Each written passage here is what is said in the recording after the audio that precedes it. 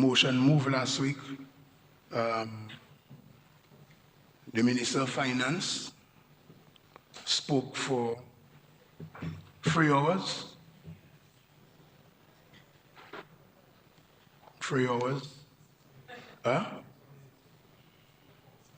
Oh, 3 hours, 6 minutes. So I was removing your addition, your extra, what, 6 minutes? Okay, nice. Okay, good. And the motion has moved so that the Honorable Anthony Charles could be given the same time to respond to the budget address, and also that the Honorable Prime Minister be given an hour and a half in his deliberation, his intervention, and Honorable Ministers be given 1 hour, and the usual, as per the standing order, 30 minutes to all other members. All other members. So we may proceed.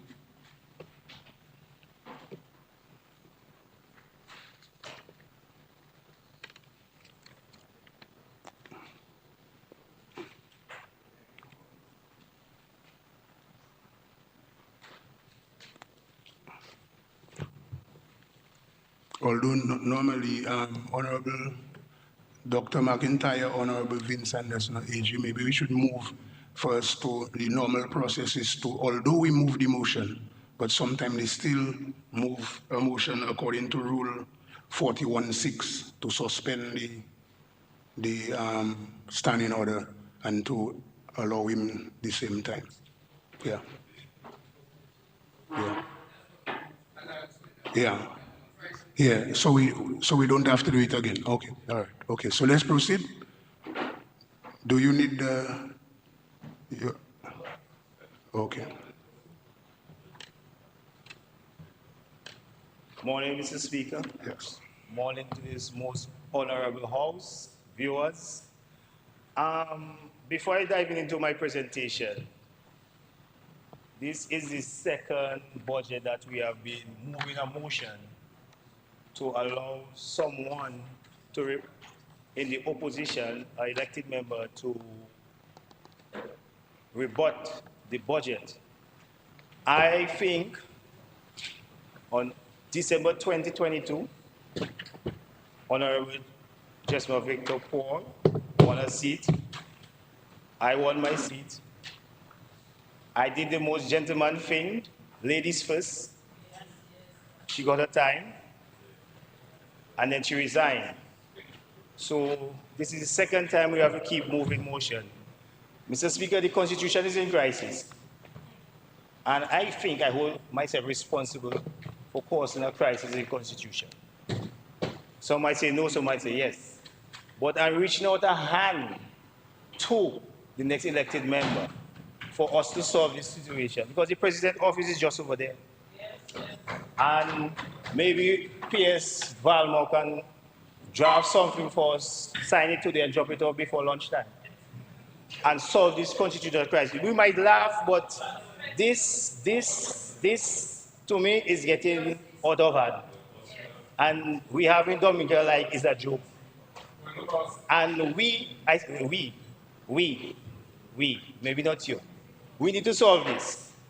Mr. Speaker, I'd like to give the honorable member from Salisbury a minute of my time to answer this, if she's willing to vote on me. She cannot do that now. When her opportunity comes, if she wishes, she can respond. If she wishes. But you need to proceed with the response to the budget. All right. So I'll move forward with this, yes. Mr. Okay. Speaker.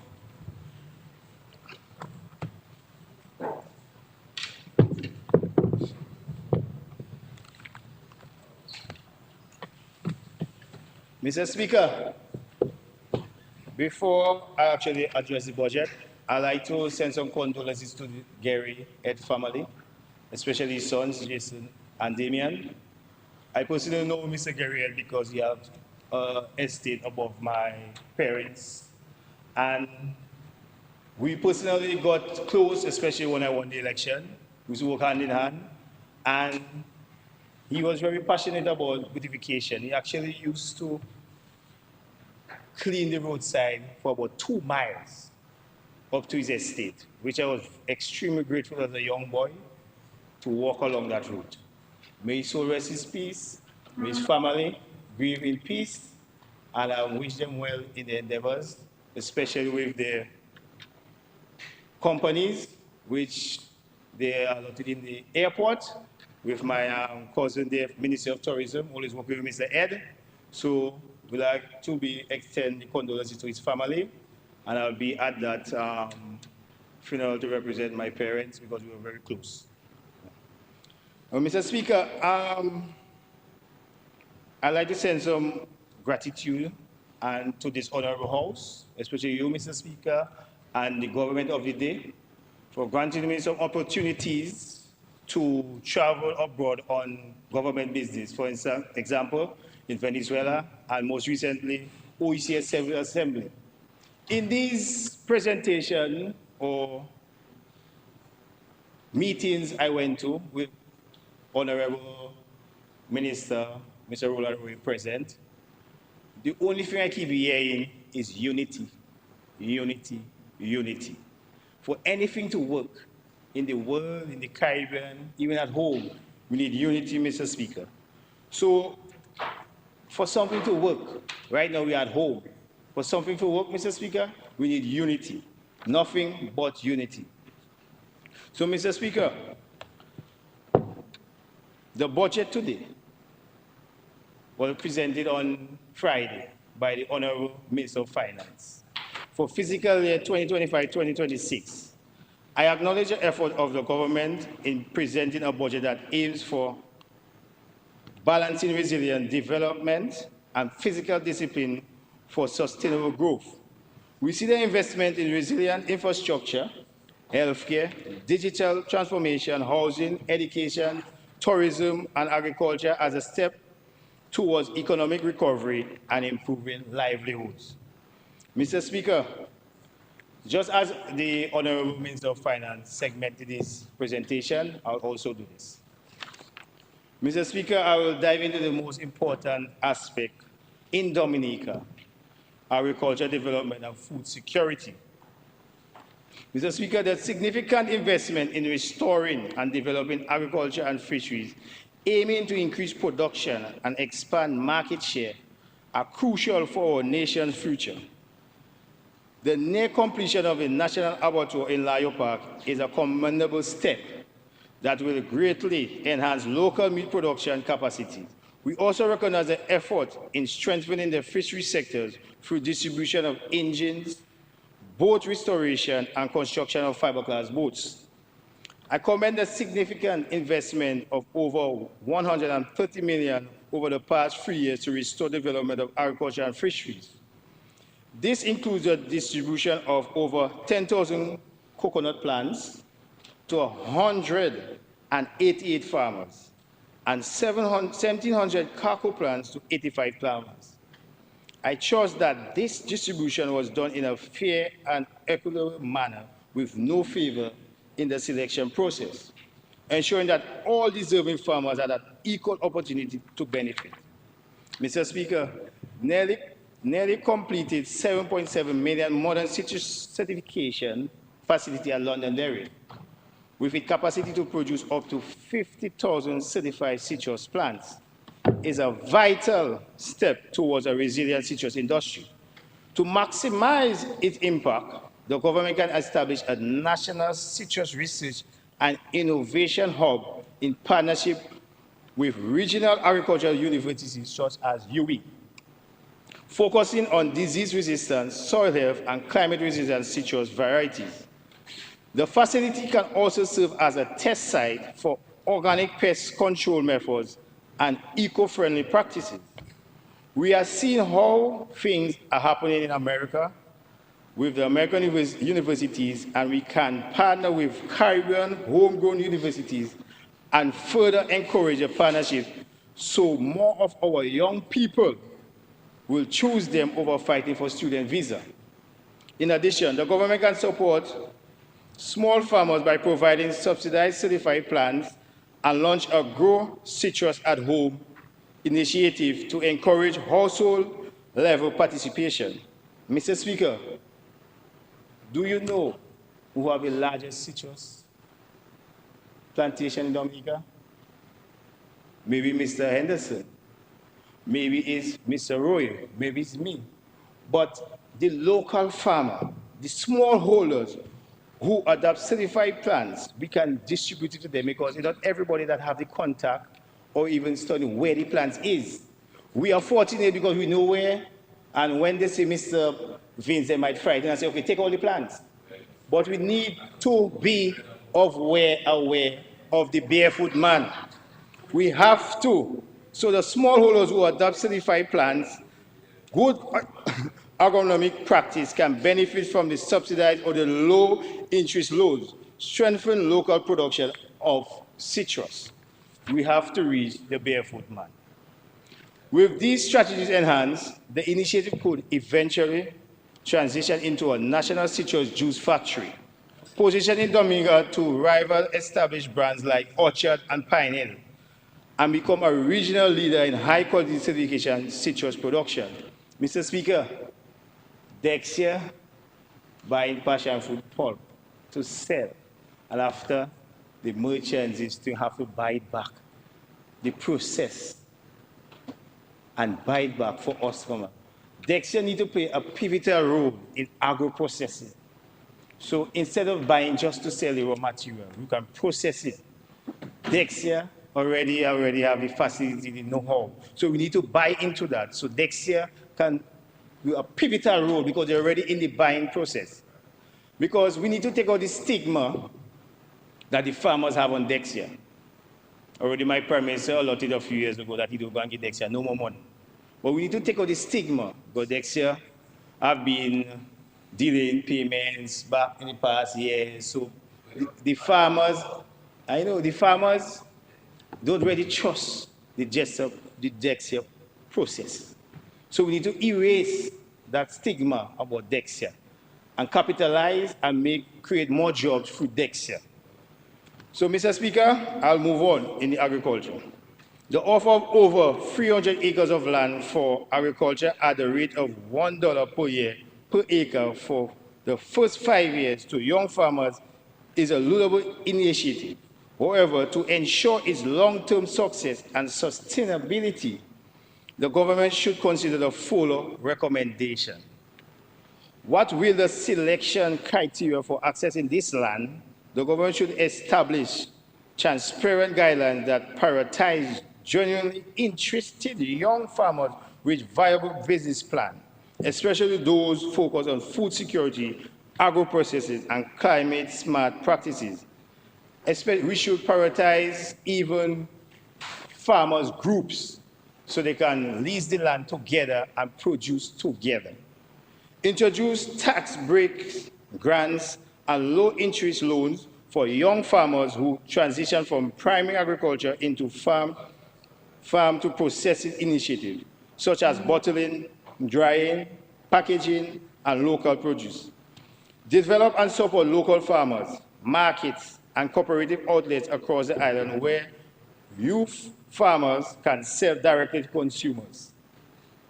These spaces should be promoted as hubs for fresh local produce, extending the spaces we have for markets that have already been saturated and crowded. 4, invest in a strong public awareness campaign that encourages schools, supermarkets, hotels, and households to buy Dominica-grown produce first. Introduce local procurement targets in government institutions such as hospital and school feeding programs. Even hotels a deduction or rebate on VAT charges when they source locally at a minimum threshold, like say, example, 40%, 50% of their total food procurement from local farms. By pairing land access with meaningful initiative, structured support, and strategic market, the government can turn this bold gesture into a catalyst for youth employment, food sovereignty, and national pride. Mr. Speaker, I also support the proposed rebate program for the selection agricultural commodities such as poultry, productive agriculture, citrus, cocoa and coffee, and the upcoming crop insurance scheme for vulnerable crops like banana and plantain. These are crucial for boosting output and ensuring food security. And I will also commend the cannabis movement. And this is an industry that started a few years ago, and it has materialized into something big in Dominica. And at the symposium, I realized that, and I know this cannabis industry is a big man thing, but as the Minister of Finance said, the pushers, example, the House of Nyabinghi was one of the most vibrant persons pushing this industry. So as he said, he's going to extend courtesy to them, which I think that including maybe you give them a license free, maybe tax them after, because I know the fees for license for cannabis is very high. And the House of Nyabinghi mightn't get the fund or to be able to foot it. So I commend them, the government, for extending the courtesy to the House of Nyabinghi. May they continue pushing this industry. However, Mr. Speaker, there is a solution for improvement. The rebate in insurance scheme needs to widespread public awareness campaign and streamline easily accessible application process. Furthermore, we must implement a comprehensive farm-to-table strategy that actively links local produce with hotels, restaurants, and schools, guaranteeing a market and significantly reducing resilience of food import that bill is too high. We can produce most of those things we are importing. We need to cut down that bill and make sure we have our food security in check, because the world is moving into a direction that the third world country will be affected as now, not later. Even now we are being affected. So we need to move as fast as we can on securing our food security. Mr. Speaker, I see on my paper the Captain Bruce, but basically infrastructure development like roads, Captain Bruce. I commend the relentless pursuit of road works. The major East Coast road projects, valued of 227.8 million, from Boadab to Hatton Garden via Cassie Bruce, Kalinago territory, targeted completion by October 2025, with Pergoa Bridge completed. We've undoubtedly improved access and boosting tourism. Drainage upgrades in St. Joseph and Salisbury also contribute to a more resilient road network. While major road projects are vital, we must equally prioritize the ongoing maintenance and climate resilient upgrade of feeder roads and connect our rural farms to the main arteries. Mr. Speaker, Captain Bruce, while we commend the significant investment in national infrastructure, particularly road mentioned before, we must confront a recurring issue: the inconsistency in quality, oversight, longevity, and even completion of our roads. Mr. Speaker, it's a very sad road adjacent to the airport. Banana austerity measures, BAM, started that project before Maria. Mr. Speaker, I don't know what took place. No one gave no report to the farmers, the residents. After Maria, I don't know if the money was blown away.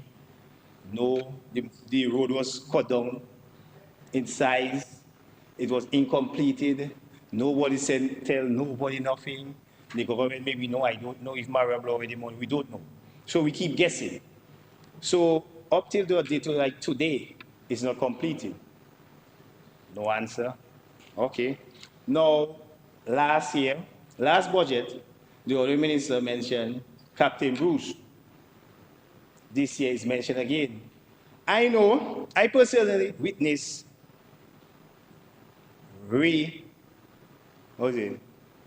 restructuring and emergency, natural disaster, so you can redirect funds.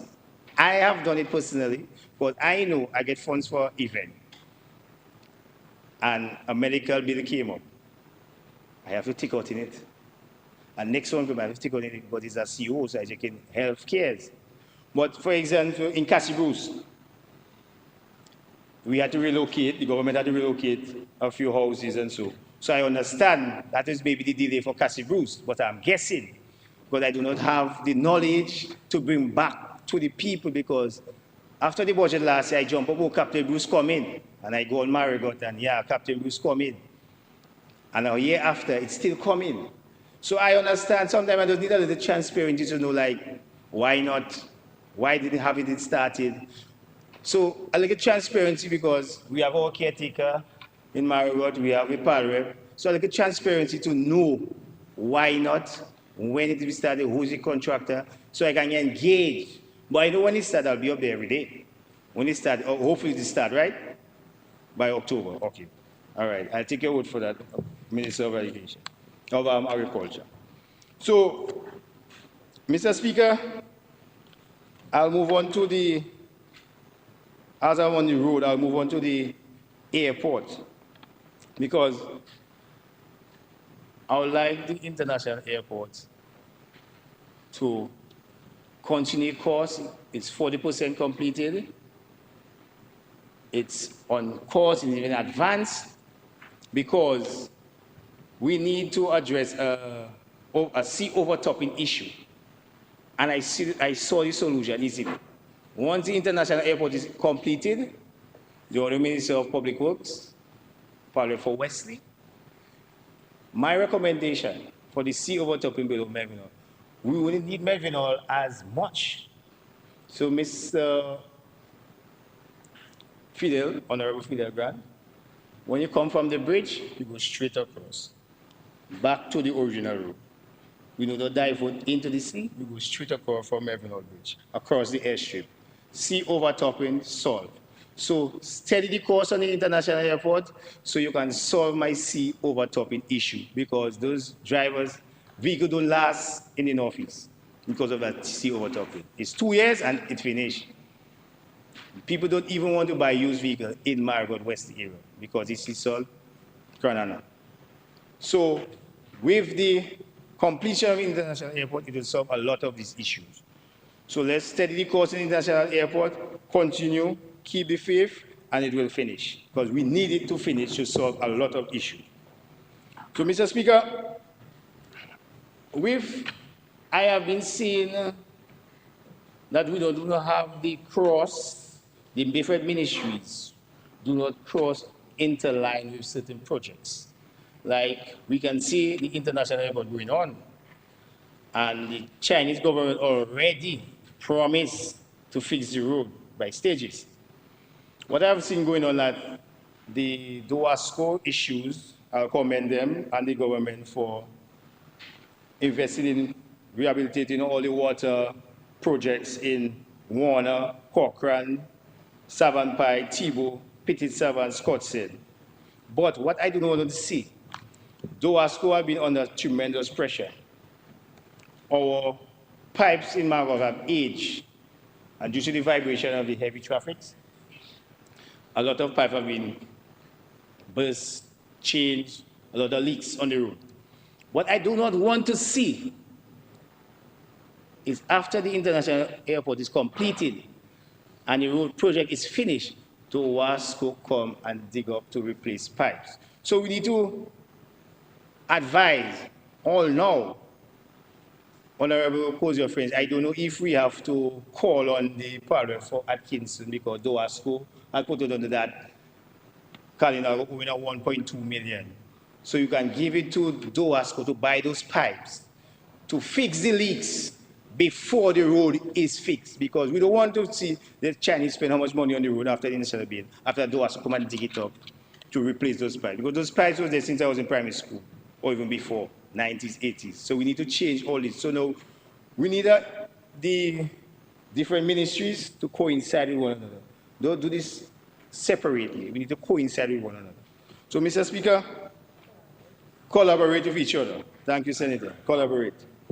But remember, we need to keep it simple for the barefoot man to understand, because they don't understand this large language. Now, also, when you go to electricity, the commissioner of the 7 million 5 megawatt battery energy system, storage system in May 2025 is an intangible step towards reducing energy costs and increasing solutions. Sir. This 5 megawatt, we know international airport coming, everything coming, is a resilient way to save, ensuring stable power. But Mr. Speaker, we all know, geothermal which in Marigot, no way hurry, no way, no hurry, no way soon, even though it is completed tomorrow. So now we need, because an international airport is like a city by itself, a whole village by itself. So, yes, we have the geothermal. I think we need to also redirect or put back our power plant in Marigot to supply the Northeast, because we need to have the airport on a stable electrical, because it's an international standard. Because besides the generator, we still need the grid to be up to par and maintain the par which it is, because international airport is a standard. So maybe the Minister of Energy will explain how he can establish that, maybe before putting the plant back in Marigot or something. Maybe he can explain. But when it's time, he'll explain that for me. But I have to ask questions because I know geothermal is not going to reach Marigot by the time the completion of international airport. Maybe it will have less load on the grid. But international airport is not 5 houses. It's a village. So we have to be proactive and move in advance to fix this. So, Mr. Speaker, as we are on the international airport, I'll dive into tourism. We my dear cousin is in charge of. Mr. Speaker, Keep Dominica Clean and Green campaign is a positive step towards enhancing our island's appeal. The investment in small tourism accommodation will help integrate more Dominicans into this vibrant industry. However, Mr. Speaker, we must expand the Clean and Green campaign to include stricter enforcement against littering and illegal dumping, combined with significantly improved national waste collection and management system. Beyond the Airbnbs, develop a robust national branding strategy that precisely targets and promotes Dominica as a premier ecotourism and adventure destination, attracting a higher spending niche market.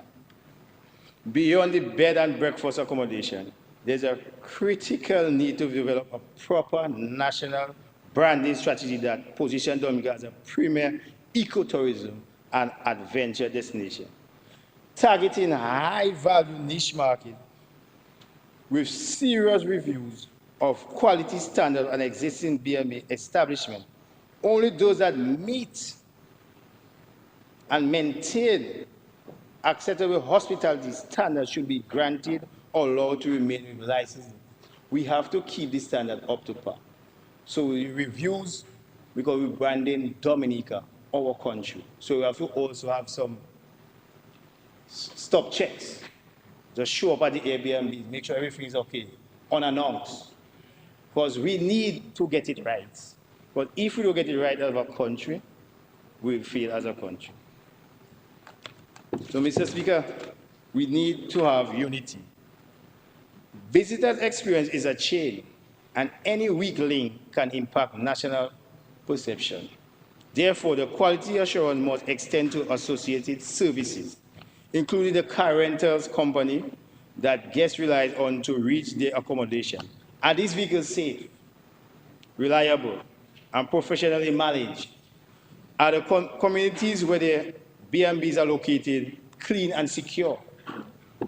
A comprehensive ecotourism strategy must therefore include not just marketing, but service standardization, community readiness, and regulatory enforcement, ensuring a consistently excellent experience for every visitor.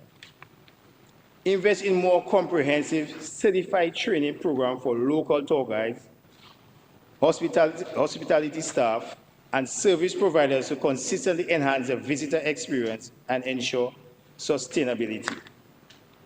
Mr. Speaker, as before we move along, if I give my cousin a little break, I'd like to comment on some, for the past few months, I realized last year I said that we are lacking a little staff in the airport. I see they had a symposium where some jobs were, they had a symposium, a fair, people get work. And also, thanks to that's a great initiative, but we are understaffed and we are moving into an international standard world, so we have to staff the airport. Also, we had the acting manager for a few years. He was appointed. That's a good thing. The senior staff will hold his hand and guide him. They'll guide him. So that's a good move.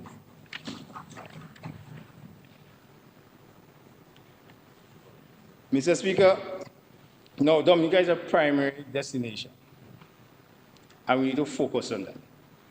But is there a clearly articulated brand identity or value position that sets us apart? We need to identify that sets us apart from the world. An increasingly competitive global market with destinations like Fiji and islands in Philippines also boost ecotourism credential, lush rainforests, pristine coastline, vibrant culture. What will make a traveler choose Dominica over these places? These are fundamental questions as we shape our national strategy. We must be intentional about what story we are telling, what experience we are offering, and who are we attracting, so that we are not just part of the eco-tourism conversation, we are a leading voice in it. So we need to be precise in what we're selling out there. Mr. Speaker, I'll dive into Mass Dominic, or Carnival. Carnival is just not entertainment. It is culture, it is identity, it is business, and it is tourism. And I believe we are now in a position to build on the gains we made in 2025 and truly revamp Mass Dominica in a premier regional event. Because last Carnival, the tourism sector did well. Influx of diasporas, foreigners. We saw the change and we saw the economical value of it.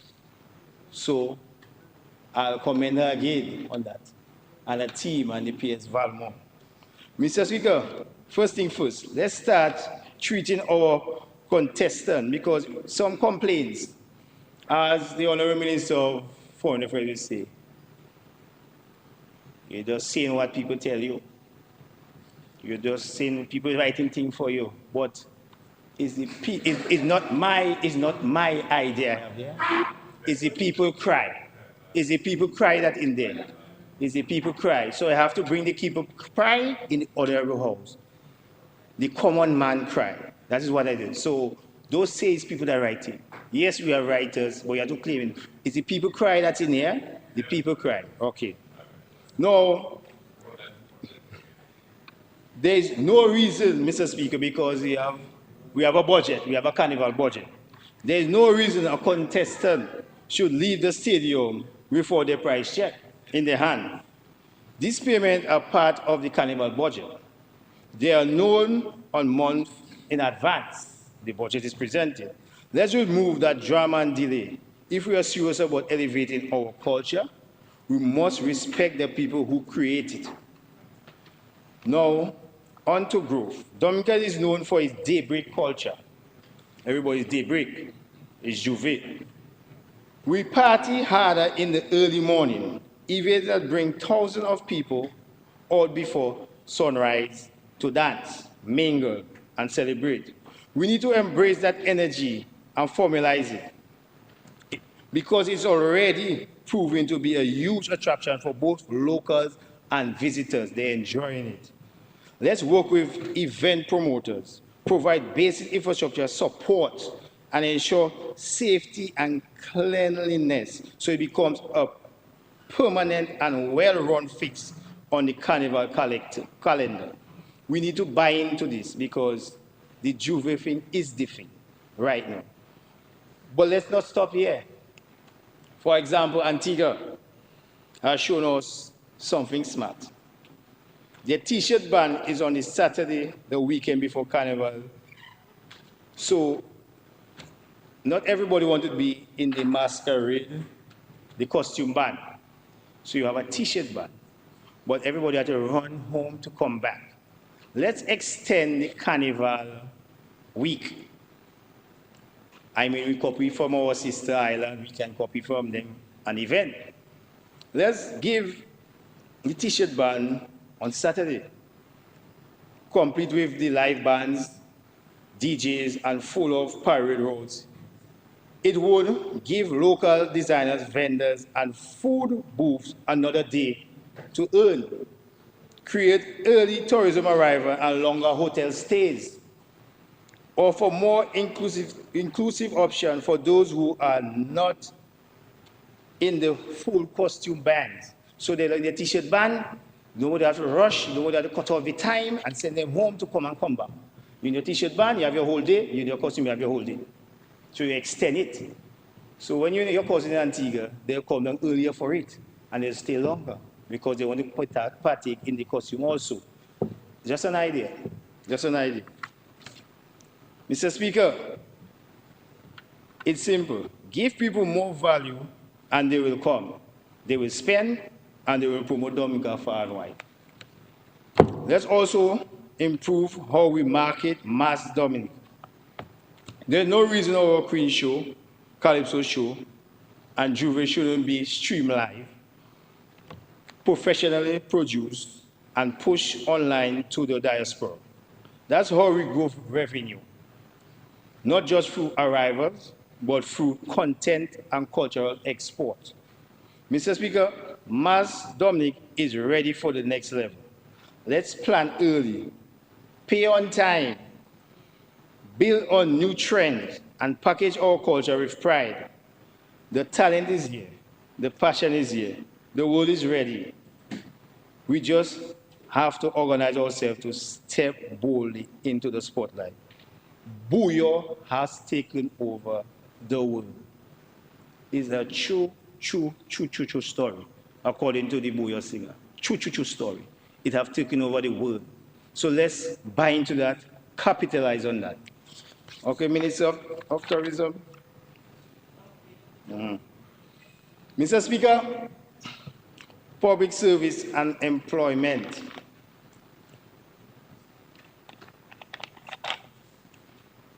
I am indeed happy for the permanent appointments of 85 teachers, 85 non-established officers in critical public service positions, the finalization of collective bargaining agreement with the Police Welfare Association, including an 8% salary increase for the 2024-2027, risk allowance, and increased traveling allowance, is a welcome development. The housing program for public and public officers with an initial allocation of 10 million is a commendable effort to make homeowners more accessible. Housing program, while beneficial, the applicant process must be streamlined and made more transparent. For broader job creation, a national skill gap analysis should be conducted regularly to tailor vocational training programs directly to meet industry demands, reducing skill mismatch and ensure long-term employment. Mr. Speaker, we still have more work to in terms of enhancing motivation, retention, and fairness within the public service. Additionally, measures should be considered. While the housing program is beneficial, the applicant process must be streamlined and made more transparent with clear criteria, timeline, and support from applicants throughout the process. Public officers often remain Besides the increase and the public officers often remain acting position for extended period without confirmation. Mr. Speaker, I know we want to go in the film industry and encourage. Mr. Speaker, too much people acting for too long. Faster processing of appointments and promotion is essential. Long delays can lead for frustration and demotiveness. The practice of calling people name in protocol lists and such promotion acting is either the position in the post or not. Recognition should reflect function and performance, not just formal appointment. Mr. Speaker, Deputy Commissioner, Deputy Acting Commissioner, Deputy Acting Commissioner, Chief Cultural Officer acting, even the opposition leader acting.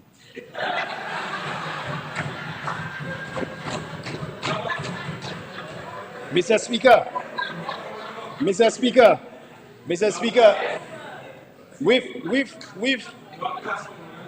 yeah. So, Mr. Speaker, Mr. Speaker, I will forget one. DBS acting manager, I forget one. So, Mr. Speaker, because acting position, we need to really make this thing permanent, so give the people the encouragement to work. Because to me, they might afraid to mash your toe and you might take away the position because they're afraid, Honorable Minister of National Security, because the commissioner might do something he might like. Give him the autonomy. Appoint him. Also, Mr. Speaker, I'll move on.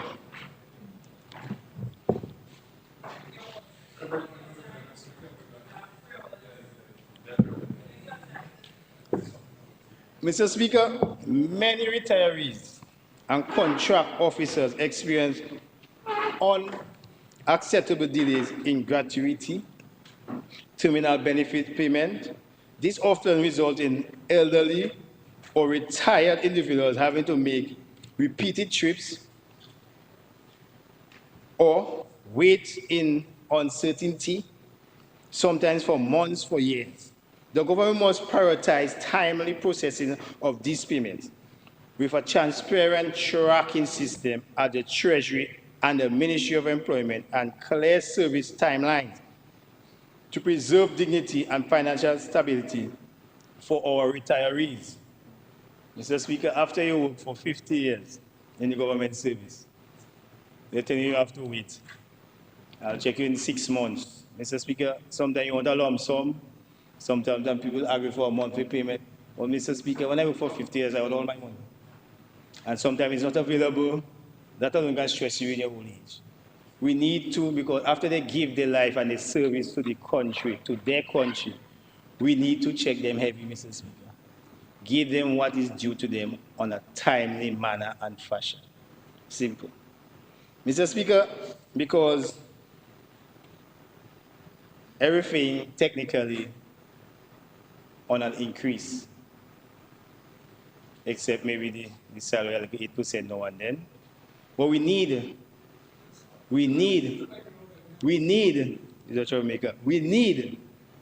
this timely fashion of distribution, because this, we talking about NCDs, stress does lead to those things also. So knowing you work for all these years and your money not coming, that will lead to high blood pressure. Can even lead to a stroke, because you need to make a payment, your cylinder run out, or cylinder going up every day. I think we should add cylinder to the list of exemption of VAT, because cylinder going up every day, and we have to cook, we have to eat. You must eat every day. So that is one of we need to add on the list. Cylinder, gas, cooking gas. So, Mr. Speaker, I'll move on.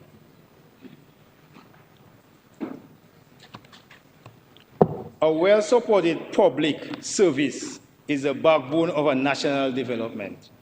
These measures will not only improve morale and motivate, but also create a more professional accountability and citizen-responsive public sector. Mr. Speaker, while I endorse these positive strides of this government, it is my duty as the opposition to offer even more constructive solutions and highlight areas where our collective efforts can yield greater benefits for all Dominicans, not for some, for all. It's one Dominican. I always say this is a unity. Yes, I can come here, CAPSEC do good, CAPSEC this, CAPSEC that. Minister of Finance this, Minister this.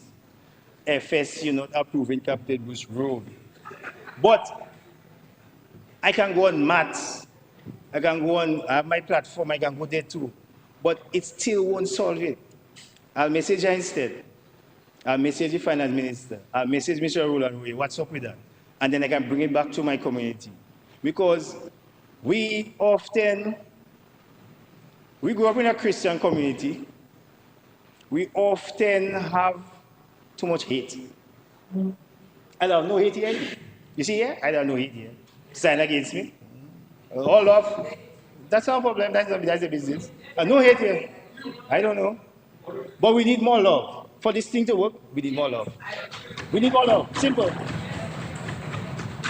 In not everything, when you're in a domino game and you're playing, when you're outside, you see it. But when you're inside, you cannot see. Because the pressure on you. And I know the pressure on the FS. The pressure on her. Because she have to dance that. She have to shift that, relocate funds, divert funds. So the pressure on her. So I know Captain Bush might fall short. I don't know. But I'm advocating for it. So I'll tell her, when I know this happened, but when is Captain Bush coming? She'll give me, maybe she'll be a 649, I don't know, but I can go back, I can go back with it. I can say, well, FS say this. So now that is the kind of a camaraderie I want. Minister of, I want me and you to work together. So next year when you take in the batch of recruits, I have 2 names for you again. So you'll take one this time, okay? Yeah, take one this time. Take one this time. Yeah. So Mr. Speaker, for example, while I commend the Ministry of Culture, Youth, Sports, and Community Development has received an allocation of 12.2 million, a lot of money. We're hoping that a majority of these will go to Ministry of Youth, and that youth engagement is actively taking place through programs like the National Agriculture Education Program, like the National Mr. Naya. Some of these funds, because I realize I have a cabinet reshuffle coming to on this year. But the cabinet reshuffle is not individuals, it's the reshuffle of the paragraph of the ministries. Because I need some of them not coincide with each other. I'll take it, I'll give it tenfold, because certain industries like the youth and the agriculture, it need to intertwine so it can work. So the shuffle is not individuals, it's the paragraph, the heading of the ministries. The heading of the ministry. But you'll get that later though.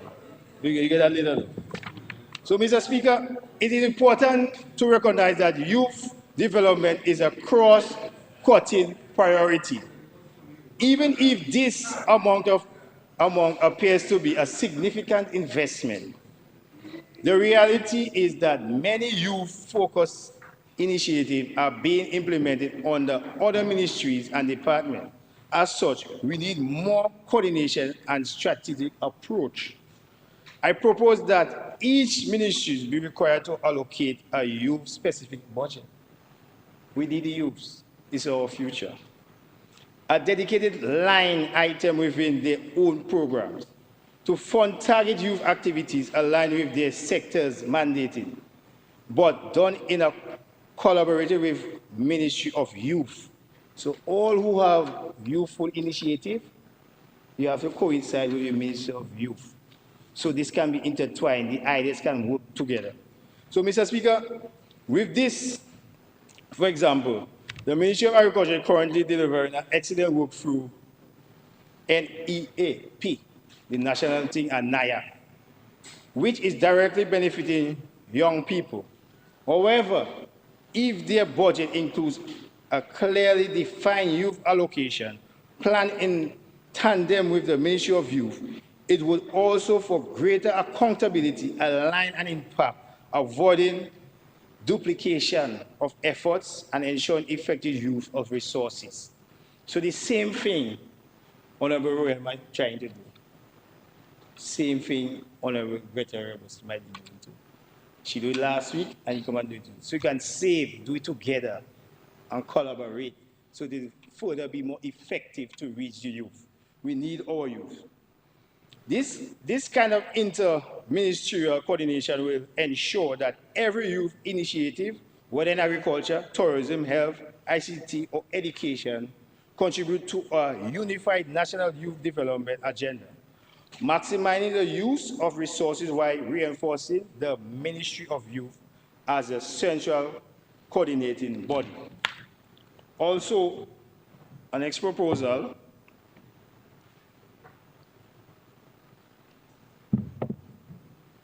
I propose a transformative system where representing Dominica as an athlete becomes a salaried profession.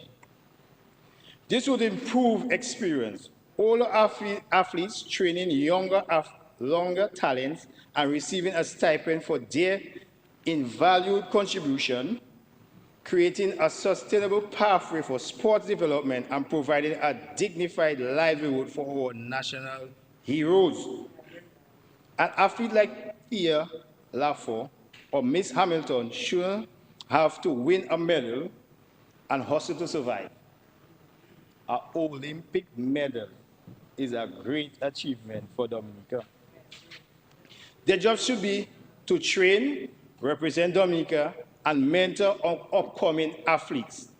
In doing so, they continue to put Dominica on the map, and they should be fairly compensated for this. As we speak, we have the inter-school games going on. The first set was the track and field. We can see a lot of gold medals went to Dominica. A lot of gold medals went to Dominica. And they are good part of the winning first netball game. So one of the medals that went to track and field was triple jump, which is fair field. That young lady got, and is a female, she got a silver medalist, right? Honorable Oscar? She got a silver medalist. So I don't have to tell Honorable, well, he's specifically in sports, what to do. He should have already called FIA. When that young lady returned, FIA should be calling her to give her steps and guidelines because she have the know-how. She been there, she done it on the international and the largest scale. So FIA should be calling Ms. Thomas Kadisha. You write that down? Okay. Mr. Speaker, when it comes to annual subvention to sporting and cultural organizations, I call for the implementation of clear public and performance-based criteria to determine eligibility. These funds must reward organizations that demonstrate meaningful youth engagement, inclusivity, transparency, and positive development outcomes. Additionally, service clubs and youth-focused organizations such as JCI, Leo clubs, church youth groups, and other civic entities must be recognized as part of the youth empowerment ecosystem and be eligible for subvention, especially those carry out leadership development, volunteerism, and community projects. Mr. Speaker, and next, when it comes to the sports bring a lot of unity. It's just I have a liking for the basketball, and what I will recommend to the sporting ministry, I have a league going on the third year in Marigot, Sunrise Sports Club, with the collaboration of the PAL Rep. We have a league for 3 years, the most successful league DABA don't have money like that. They don't have rings like that. They don't have trophy big like that. And you see, as you win, you get your money and you, that is it. No delays. So what I would like, because we have sports like it's seasonal. That is why when the meat comes up, you have to go and train for 3 weeks. They're not fit. So I have a little proposal for, I tried to make the Minister of Sport buy into it. It's not only for basketball, but I just use basketball as an example. We want to talk about something that could bring real energy and pride to our young people and community right across Dominica. And that's basketball. But not just the game. I'm talking about building a proper island-wide basketball league. Partnering after NBA style and ground in the 21 constituency in Dominica. We already know the talent is there. Mr. Speaker, you go Soufriere, Mao, Portsmouth, Lapid, you can see the same thing. Young men and women shooting hoops every afternoon and night. They need a structure. All they need is structure. They need is opportunity. What they need is support. Support by the ministry, even by well-wishers, sponsors. All they need is the support. So here's the idea. We can create a national basketball league in partnership with DABA. DABA is already established. Because people like, let's say, constituency like Marigot might be affected because they have to commute to Rose because all the games are being held in Massa. But what we're going to do, we name all these constituency apart from the DABA League, so the basketball will be continuing throughout the year. So when the leagues come up, when the Creole Basketball Festival come up in Guadeloupe, St. Lucia, they're already trained, they're already fit. So they don't have to train for 2 weeks and rush. It's a part of them, it's an ongoing process. So Mr. Speaker, it's more than just a game. This is about giving young people a positive outlet, a reason to train, stay disciplined, and dream bigger. Instead of idle time and risky behavior, they are on the court competing and learning teamwork, strategy, and leadership. Let's not limit it to men. We include women teams, junior division too. Let's give every age a shot at this. What would it cost? That's a basketball example because I love the basketball. Just an example. It involves sports. I'll come to that just now.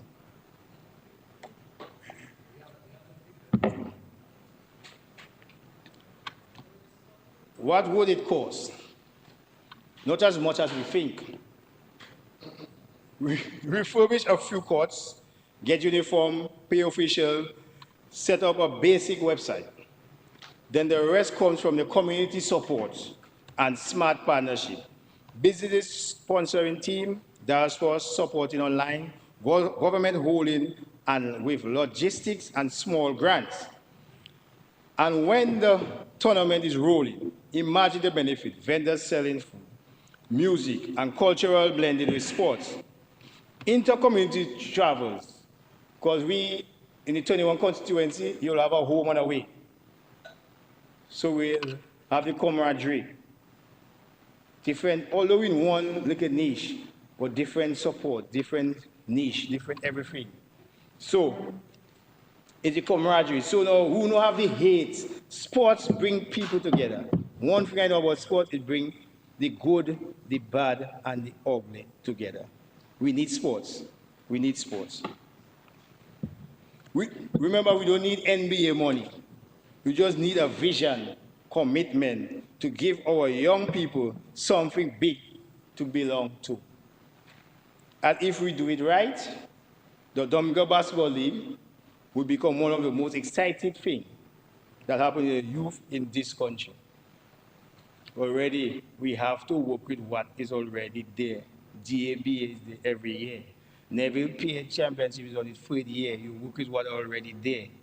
So the people are already buying into that. If you ask the Honorable Minister for Maho is full. It always full.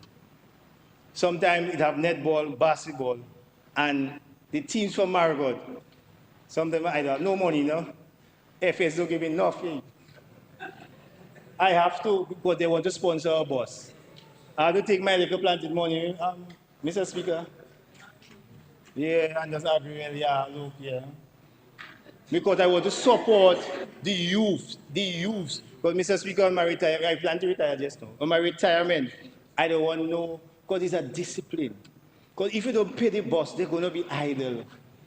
No boss, they don't want to forget about the league, and just idle. And idle hands.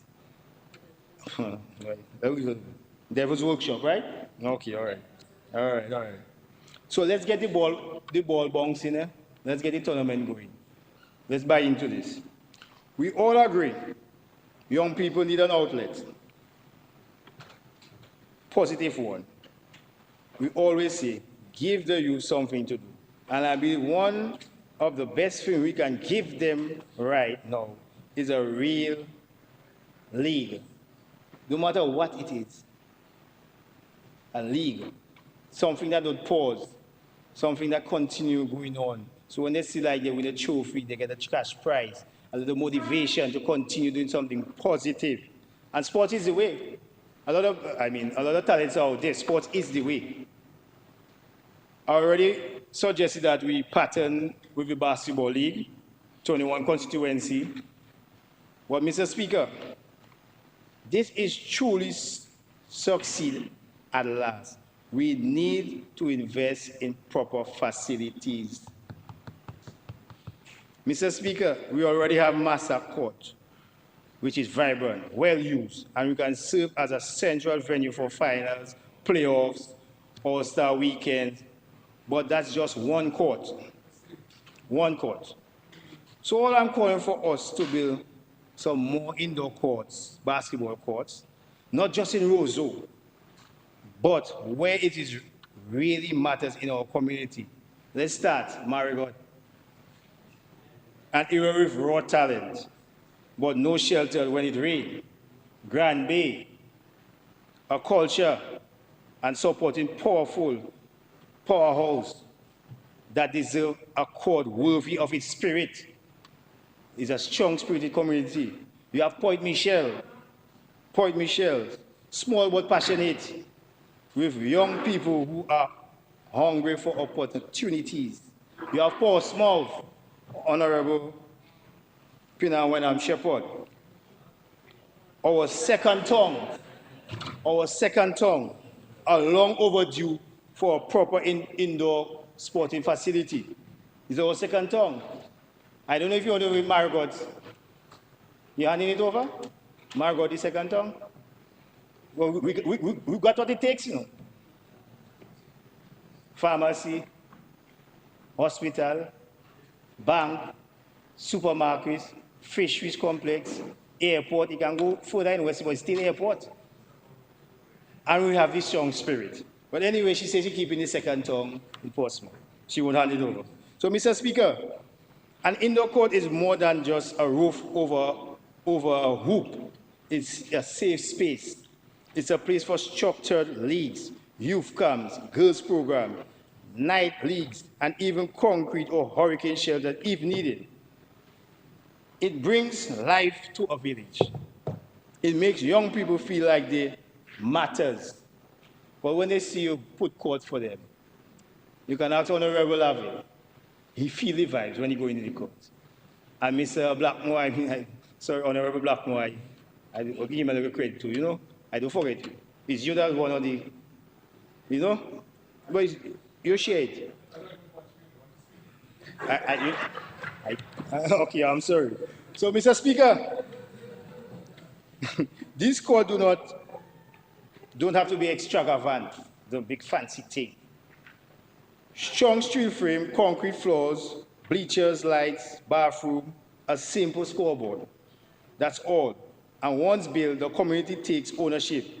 They will maintain it, protect it, and use it. Because once they see the camaraderie, the togetherness, they'll also maintain the facility because the youth matters. We've had indoor courts in key communities, plus the National League We will strive. We will strive. A movement that gives our youth direction, hope, and pride. And in return, we boost local businesses and create jobs and encourage tourism. Let's stop talking about youth development like it's a theory. It's on paper. It's not on paper, Mr. Speaker. Let's build a thing that supports it. Let's give them indoor courts. Let's tip off Domingo League. Let's start the basketball league, wrong the constituency, or the football, or the basketball, or the netball, or the cricket. Let's engage you from Point Michel. Honorable Charles Pemberton will send up the bus to Marigot, and then I'll send on my own. It's work together. Mr. Speaker, it's not just a game. It's a game changer. It's a game changer, Mr. Speaker.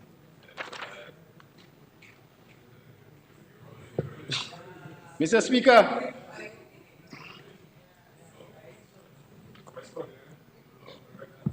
and St. Andrews I go. We have spoken about basketball and how powerful a tool can be for youth engagement and national unity. But I want to broaden the discussion today because we have so much talent across all sports in Dominica. We owe it to our youth, young people, creating real structure and real opportunities and real pride across the board. Mr. Speaker, in my constituency, we have Alison James. The first time he went to Carifta, he medal. The second time he went to Carifta, he medal. The third time he went to Carifta, he medal. That's raw talent. So we need to nurture that. And with that, let's be honest, we don't lack talent in this country. Whether it's cricket in St. Jude, netball in Mau, volleyball in Wesley, or football in Point Michel, our young people are playing, training, and dreaming. But they are lacking, but what they are lacking is a national structure. They are lacking consistent competition. Is the league's consistent competition, real investment, and clear path to advance. Clear path to advance. So I'm proposing that we replicate the same constituency basketball program so they can have a continue throughout the year. So, Mr. Speaker, you have netball, cricket. You're going to have that throughout the constituency, not basketball alone. So we need to do that. So they will feel motivated. They will feel encouraged. So now we can even rank the players nationally. So the selection process for all these sports is simple because they're already ranked. They say, you. Next week, we go in Wesley. We go in St. Lucia because they're already trained. They play year round. They bring them together. They're already fit, and you make them work as a team. It's simply because once this structure is here, the leagues are in place, they will continue. So we need to buy into the football program. After this season finishes, you need off-season leagues. So you can buy into that same program with the 21 constituency, Mr. Speaker. But, Mr. Speaker, we cannot export our small community clubs and associations to carry this load alone. Mr. Speaker, in the early stages, the government has taken a lead. We must invest, organize, and drive momentum for the first few years because it might cost a little bit, for all those leagues. But remember, we are investing into our youths because our youth is key. It's going to cost us a few dollars. But we can shift and the FS can relocate a fund because the youth is very important. Because I know the youth is important, and she knows the youth is important for the future of Dominica. Well, Mr. Speaker, this means elevating and role and capacity of our sports division. Right now, the division does not work great. But with limited staff and budget, its impact is restricted.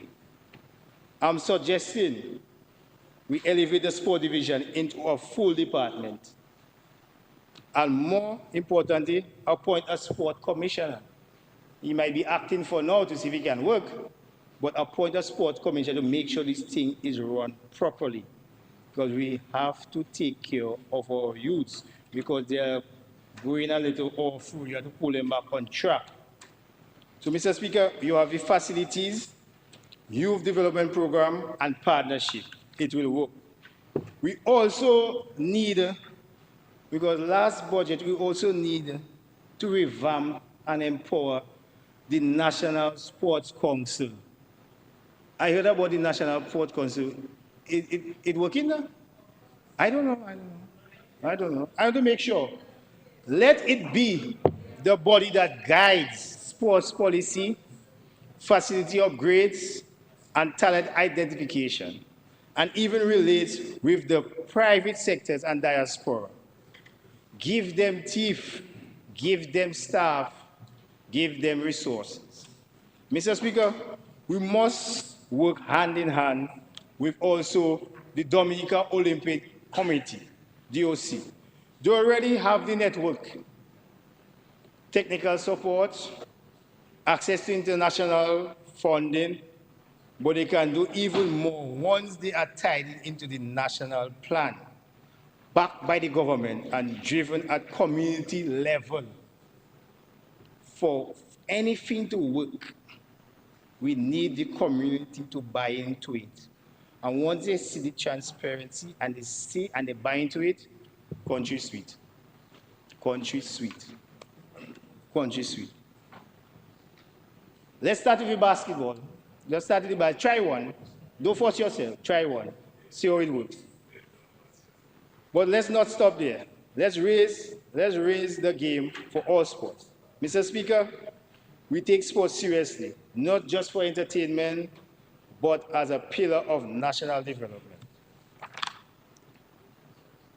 Mr. Speaker, because youth engagement priority should be given to organizations that actively involve youth under 35 in leadership, planning, execution. Youth must not just be a participant, they must be decision makers. Make them part of it. Not because you are the policy maker, we are the policy makers, we just ram it down their throat. Let them buy into it. Make them buy into it. Community impact. Organization must demonstrate measurable, meaningful impact on their communities, especially the most vulnerable. The community have to buy into it for it to work. Sustainability and continuity. We need it to continue. We need to sustain it. Started in Viking, and after next year it finish. We must support a program that go beyond off events and show potential for long-term influence and consistency. Financial transparency. Accountability is key. Subvented organizations should be required to submit financial report, budget, and evidence of responsible fund management. But when we get our sponsorship, we're going to say we get that black and white. So we can have transparency and this thing can work. So when we record things, you can know where we have a shortcoming, where it is good and where it is bad. It needs to be recorded. And align with national priorities. Projects should clearly support our national development agenda, whether in youth development, health, education, culture, or even ecotourism. They are legal, registered with, in terms of NGOs, they are legally, all those who want to fund these leagues and so, they are legally registered, and we can also buy into them. Once they have over 5 years registration with document program, they submit the annual reports, budget. Their program reflects a clear youth development agenda. It's okay, we can work with them. For instance, we have a Good Deeds girls program in the Northeast. PSF education is there? Okay, it's there. We had a program, the group bring it to me, to bring to the PS, because it's a girls group. And at the NECS, one of the bathrooms for the female is not functional. So the group is willing to fix it and refurbish it. So I'm just waiting on the okay from the FS. The okay is there, sir? Okay, he said yes, the okay is there. So now, with these type of groups, willing, it will save the Minister of Education from fixing the toilet. It will save her funds so she can fix something else. Yeah, so it's saving you. Yeah, so you don't have to worry about that toilet no more, that washroom facility. So we're going to work on that before the school start. So we have your okay, Minister, okay, PS, okay, good deeds, go ahead and fix the bathroom. Mr. Speaker, I'll move on to transforming education and focus on vocal training, the education system. Vocational training. You know what you want. Mr. Speaker, what I give in here is just recommendation from the ordinary cry of the local common man and see the need for the revampment, reform, all changes, because we are losing our society. We need to get back on track and put back our society where it was, where we had love, unity, working together. So, Mr. Speaker, we need that because we see skill set in Dominica is lagging behind. The generation that had the skill is not transforming to the younger ones. So we need to get back to the basic needs and the basic function and the basic requirement, the basic skill for the society to function. So, Mr. Speaker, the significant allocation of $71.3 million to the Ministry of Education is deeply appreciated, the 71.3 million, to truly empower our youth for future and building on the initiative to develop a small business institution curriculum in collaboration with Dominica State College for the formal certification in business management. I propose the immediate transformation of the Goodwood Secondary School into a dedicated state-of-the-art technical or vocational training center. Just a proposal. Just a proposal. A proposal. Behavior said. This transformation must be guided by national skill gap analysis and identifying demand sectors. Ensure that the training provided directly address the industry needed. We have to make sure the training provided is what the industry, what the country needs. We don't have much electrician, plumbers. We need to put a training. Because, Mr. Speaker, back in the day, we had a youth skill training program in Marigot. It disappeared. And what I seen, I know a lot of plumbers, electricians that was trained by the youth skills program, trained by the youth skill program, and they have prominent job and they are successful. So what we can use their technical support, what they obtained from the system, and revamp the program. But I'll talk to my caretaker, as he was in that field before. So, so we work on that because we have the facility in Marigot. It's just there. So we need to buy into that. So I'll talk to my caretaker. So we need to use what we have. We have them right at home. We train them already. So we let them give back. We train them and they're not giving back. Yes, they might talk about a little stipend. That's okay. But it's the youth, the skill set. We want to make sure they are okay. Mr. Speaker, while we're on the education reform,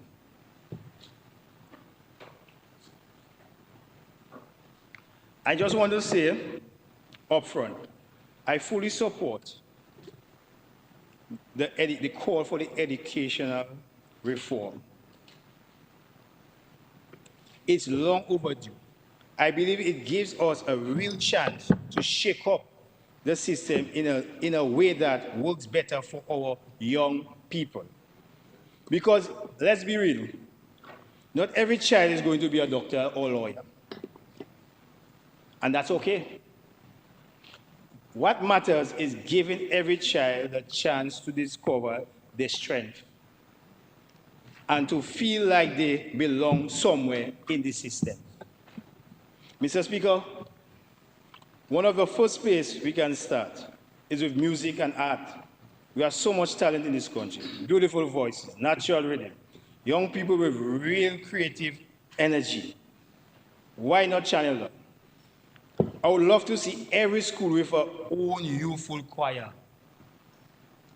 And for us to come together once a year for a proper national choir festival, that's something our students could really look forward to. And it builds discipline, teamwork, confidence, and school pride. And while we are on the topic of music, Mr. Speaker, I think it's time we bring back a steel band into schools. That instrument is not just music. It is culture. It's ours. Kids love it. It engages, it helps us with focused coordination. Let's make it part of our regular school experience, not just something we bring or during Independence and Carnival.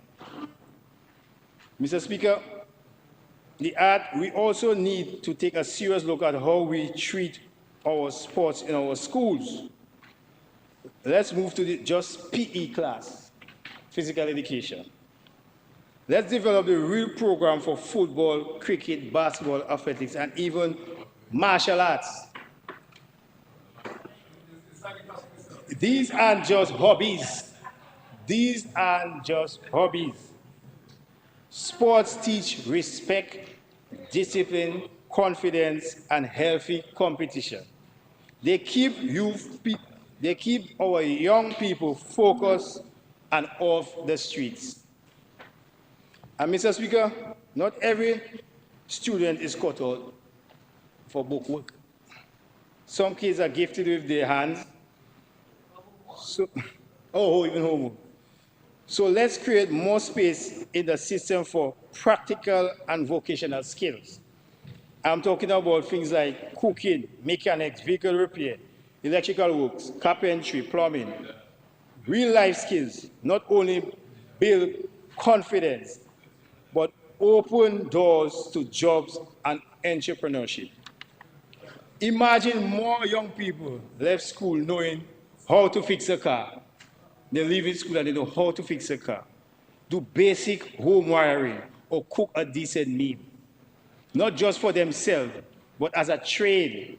That's independence, that's pride, that's dignity. Mr. Speaker, we need to move away from this old way of thinking that only the bright kids or the ones who pass exam. Every child has potential. Every single child has potential. The job or education system is to help bring that out. The system needs to be designed to bring the best out in each and every single student. Whether it's in the science lab, football field, behind a drum, or in workshop, we need to make the system workable and have successful results. Mr. Speaker, so this the reform, I agree for the reform. Because gone are the days, I did not grow up doing physical education as a subject, but the skill set, the discipline, also I never pick up much discipline, but I pick up a little thing. What I picked up was enough. Because Honorable Laville know we play basketball, we play football, we play all sport. We will play sport we can even see. But the discipline we pick up just from that sport will carry us through. We remember the little call-out. the little shout we get from the coach to shape up ourselves. Simple as that. We need to start as young. Yeah, that is what is something that make you straight and disciplined. Just that little color. So we need to start from young. Because certain things I see in young kids escaping with, we see when they come big, it's not cute anymore. It's not cute, but they're already spoiled and they're already gone. They're too big to change. So we need to start as young as we can to correct them before they get out of hand. Get out.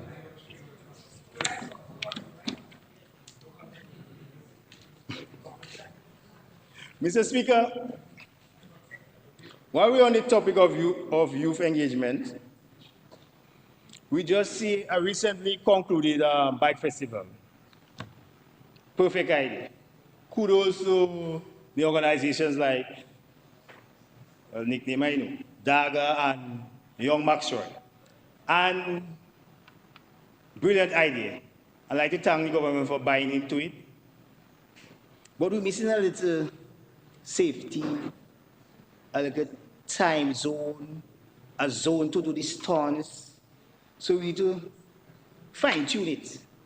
And you see the bikes and them with the Apokovich pipe, those German design pipes, when you right down, right. So sometimes it'll be a little annoying to the senior citizens.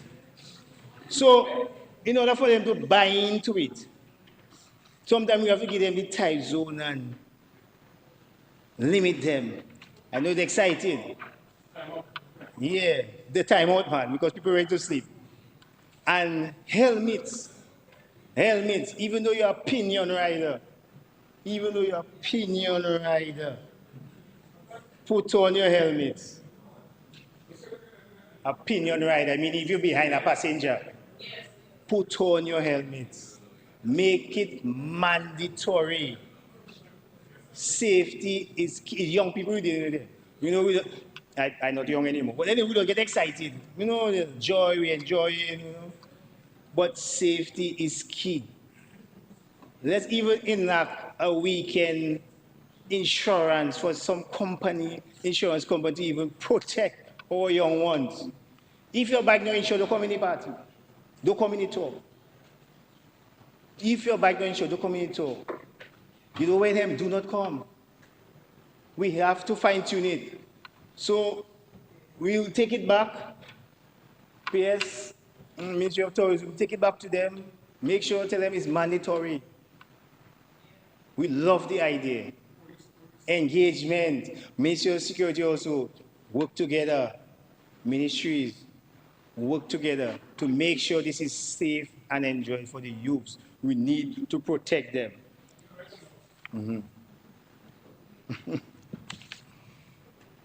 Because, Mr. Speaker, when we make sure this thing mandatory, it will have sustainability and it will have longevity. Because you know you fall off the bike last time, you're not going to go back. So the longevity, the safety, will enjoy it have longevity. So, Mr. Speaker, let's do better. Let's take what's cool and make it common. Bike ride is a nice ride, man. I can do all the good things. It's nice experience. But let's make sure it's safe, especially when we're having the tours and the social activities. Let's just make it safe. Simple. Let's make it mandatory helmets. Simple. I wish them luck for next year. More safety implementation. Mandatory. All right, mandatory. Mr. Speaker, I see nothing about electoral reform. Electoral reform, a long overdue process, which was started and approved. Everybody say yes, approved. But it's an ongoing process. So it don't stop in there. It's not stopping there. Mr. Speaker, when we are, well, the elected members, when you are elected, We also need transparency, we need accountability, the constituency need awareness, what's going on, what is this, where the government send you. One thing, I'm an open book, Mr. Speaker. When this honorable house sent me to St. Vincent, I posted. I tell them what I went there to do. I will talk to people before I left. So the village, no rumble. Send me St. Vincent. But the rumble sometimes is different rumble, but they are aware. That rumble, they're not important, but they are aware. So, you see transparency? When we are elected, no secret. I didn't go over there my personal funds. So I have to make my constituency know what and where and what was the purpose. So, Mr. Speaker, this honorable house, transparency is key. So you see with the electoral reform, I know I won the election free and fairly, without no money, no media coverage. The only coverage I want is in Marigot. Marigot people I want to know, and Marigot people I want to vote me. I don't want to know what my cousin doing at Point Michelle. She don't have to know what I doing up there. Marigot. So when this program starts with the re-registration and it's complete, we need to take it further. We need it further because it's not stopping there. We have to enhance it and enhance it so the cries will stop. The cries will stop. Eventually it will stop. It will stop. It has to stop. Some stop already, so it will stop. So when my senator I bring in the house said, okay, I don't know why he stepped down. I would never step down. Because he voted for what his party wanted. I don't know why he stepped down for. Because his party wanted it. So he voted for it. Next time, you should ask me about stepping down. Don't do that. Stand your ground and explain to them, this is what you wanted, so I voted for it. All right. Yeah. This is what you want. And tell them, fellas, you wanted it, yes or no? They say yes, so why are you making noise in me for? But the thing is that, one thing, I'm from Marigot, you're from Marigot. The thing is that the very first opportunity they get to cast you, I was vexed. They was waiting for that opportunity. Don't give them man, they can have an opportunity to scam on us. No, never do that again. Don't do that again. Don't buy into that. Stand your ground, you vote for that. That is what they wanted. You don't get all, you don't get all. But you can agree with this. You don't get all, you don't get all. It's starting somewhere. So, stand your ground next time, eh? It will have a next time. Stand your ground. It's going to have a next time. Stand your ground. Stand your ground. Yeah, I stand in my ground. All things that talking and things that behind my back. I don't worry that. You have to stand your ground. But if you don't stand your ground, you fall for anything. Because then you get a little pressure. You don't do that again. Mr. Speaker, I'll move on. Yeah. I'll move on to the addressing the mental health crisis. While acknowledging the review of the mental health policy and expanding counseling, the concerned prevalence of mental health challenges, particularly among these aged from 21 to 35, the president, read this all. I say 21 to 35. That is when you're youth and strong. Something went wrong. After school, after college, we need to watch the social gap between there and my old age. But because 35, I'm not in that. I'm not so young. So, where we went wrong, where is the policies for 21 to 35? Something wrong. I don't know if it's the policy makers, I don't know if it's the parents, but something went wrong. I propose developing a national mental health strategy with specific measurable targets for reducing stigma and introducing access to care for this crucial age group. Crucial. That is a vibrant age group. A very vibrant age group. I remember what I used to do at 21 to 35. Trust me, very vibrant. I say, Minister David, very vibrant. You know what we used to do? Very vibrant. Integrate routine mental health screening into general medical checkups and expand peer support network in communities. Because they have a old saying, it takes a community to grow a child. Mr. Speaker, you know you can't talk to nobody child. If you tell stop that, the mother come in to make noise with you. Instead of the mother be the child, the mother come to me. I'm calling. Hear the camera. I'm calling on us parents to step up and allow the community to grow our children. Not because you correct your child is a problem. It's for the betterment. So we need to go back to the old folk ways with the community growing the child or the children. Because it's not everything you as a parent can see. You're at work. Your neighbor might see. So give your neighbor the okay to correct your child. It's as simple as that is starting. Because you see, after school, you go to college, you see that 21 to 35 there, mental health. I never bring a complaint to my father. No? You know what my father tell me? Don't bring home nobody blow. Don't bring home nobody blow. Don't make nobody knock you. Listen to me. Let me explain that for you. Before a young child fall on the ground, a parent quick to pick up the child. My father and my parents said, hold on. Blow. Licks. Don't take nobody licks. Yeah. Don't take me no. Fix that. When you fall, pick up yourself. Parents too quick to go and pick up a child. So when that child will come big, he can fend on his own. You throw on yourself, pick up yourself. That is what the old folk ways. We need to go back to those old ways. We need to go back. Because, Mr. Speaker, it's the mental health. Maybe you don't understand. It's right there starting.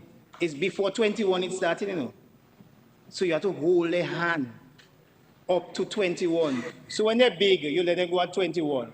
They really mentally have the strength to fend for their own, so they won't have this physical breakdown. Stand up on their own, stand for their own. They don't have to come and crying for daddy and get the breakdown from peer pressure, psychological pressure. So they're already strong in their mind.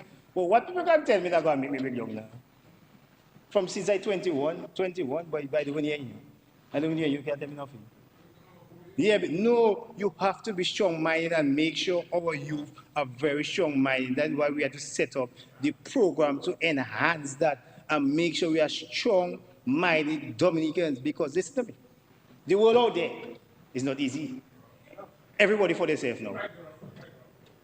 Rough for who? Not for me. They rough for themselves, not for me. No, me. Crazy. So it is everybody for themselves. The world.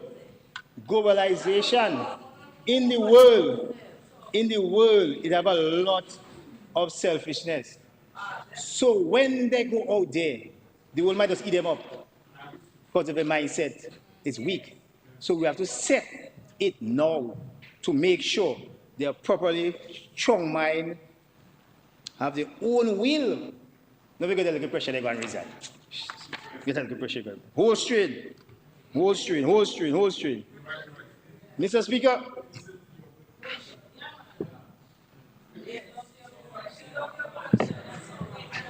they're disturbing. Yeah, they're disturbing, yeah. I propose a next proposal. Creation of government-funded scholarship or tuitions assisting for students pursuing degrees or certification in counseling, psychology, and social work Let us train more community-based mental health professionals starting now, not later, because the need is urgent and growing. It's not me that give the report. The report was there. President read it out.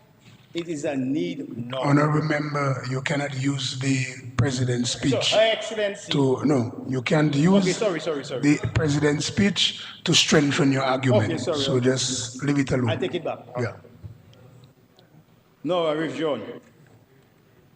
The records is there from the division that 21 to 35, we need to structure. Because we're losing the most vibrant youthfulness in our community, 21 to 35. Very vibrant. Mr. Speaker, Minister of Housing might just say, yeah, again. Mr. Speaker, well-being is not just about crisis response.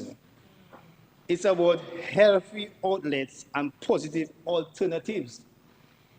That's why I propose a target tax break and set up incentives for entrepreneurship, looking to open social recreational centers such as bowling alley, pool houses, arcades, dance lodges, adult entertainment, venues that for a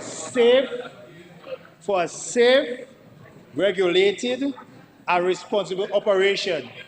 Is a safe, regulated, and responsible operation. Mr. Speaker, based on records, I called my cousin, based on records. She lives in St. Martin. And no, we're laughing, but seriously, rape, abuse, sexual abuse, incest. I asked her, what are these rates in St. Martin? She said, Tony, sometimes it's a mental case that harass a tourist. I talk about local stats, She said, but you really hear about rapes? Well, Mr. Speaker, they have avenues for people to channel the energy. They have adult entertainment. So the rape level will be all-time low. It have avenues. So positively, we think it's a negative thing, but it have ways. St. Martin hardly have rape and sexual abuse in kids and things because they have ways to go and channel the energy. They have ways. No, it's the population. We talk about our states. Let's leave. Donald Trump said it's two sexes have, male and female. Leave the man with his state. You see down here, let us fix our business. And I don't know about states. Leave that alone. I just check the Caribbean with our little population. Just an idea, a recommendation. And rape. Yes. You have a place to go. To channel the energy. Simple. Mr. Speaker, we want to move on, Mr. Speaker. Okay. I didn't call that name. Mr. Speaker, I'll move on to solid waste management. Solid waste management, Mr. Speaker. We know that the government acknowledgement that the solid waste management is major concern and it plans to reform system. We demand the immediate implementation of a comprehensive phased national recycle program with the clear guidelines, easily accessible collection points across all communities and public education. We must explore sustainable public-private partnership for modern waste-to-energy initiative to drastically reduce reliance on landfill and generate clean energy. An aggressive, sustainable public awareness campaign on waste reduction, reuse, and recycle is critical for changing behavior and achieving a truly clean and green Dominica. We acknowledge the government recognition that solid waste management remains a major national concern, rubbish all over the place, and welcome the proposed reform. However, we call for immediate decisive action. Yes, there's talk for identifying an alternative location for landfill use, but we must confront a harder truth. If poor disposal habits continue, we'll only move the problem, not solving it. Because the other landfill is going to fall up too. It's going to fall. We might be in a old age, but it's going to fall. But if you don't educate people, you have your biodegradable, you have your plastic, you saw these things. If the other landfill is going to fall also, so we're not solving the problem, we're not moving the problem. Eventually that problem is going to come back and face us right in the face. It might be me, it might be your grandchild, but it's going to face us again. So we need to put back again. We never had so much rubbish truck back in my day when I was a young boy. We all had rubbish. We're not eating more to say we're eating more. The population don't double.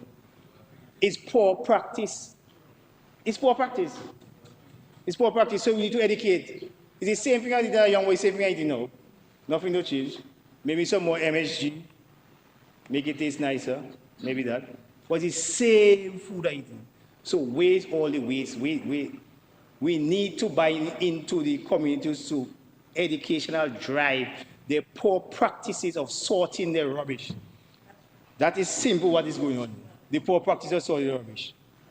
Because you eat your food, you just show all the bone in there, dogs go to eat. Dogs don't make a mess. We need to correct these practices. That is why I urge the government to go further by exploring a conversation of existing landfill waste into a usable raw material at the proposed new site. Mr. Speaker, I think we are a little soft on those derelict vehicles. I think we're soft on the derelict. The fees and the timeline costing solid waste to pick up these vehicles. Because your neighbor must know who vehicle is there. The other neighbor must know. We need to enact some stiffer penalties with those derelict vehicles along the main road, feeder roads, farm roads. But every community knows who vehicle is there. Everybody knows who vehicle is there. They know who vehicle is. We need to enact. Because a way of funding these vehicle pickup is by charging them to pick it up. And based on the dilapidation or the value of the vehicle, you can sell back parts. I know I already went into the dump for spring for my truck, right in the dump, I get all the spring, paid a little fee, and it was okay. So we can use that as a revenue to create funds also, and also cause the public to remove their vehicle on the road because this penalty is stiffer, so they mean that we are serious of keeping Dominica clean and green.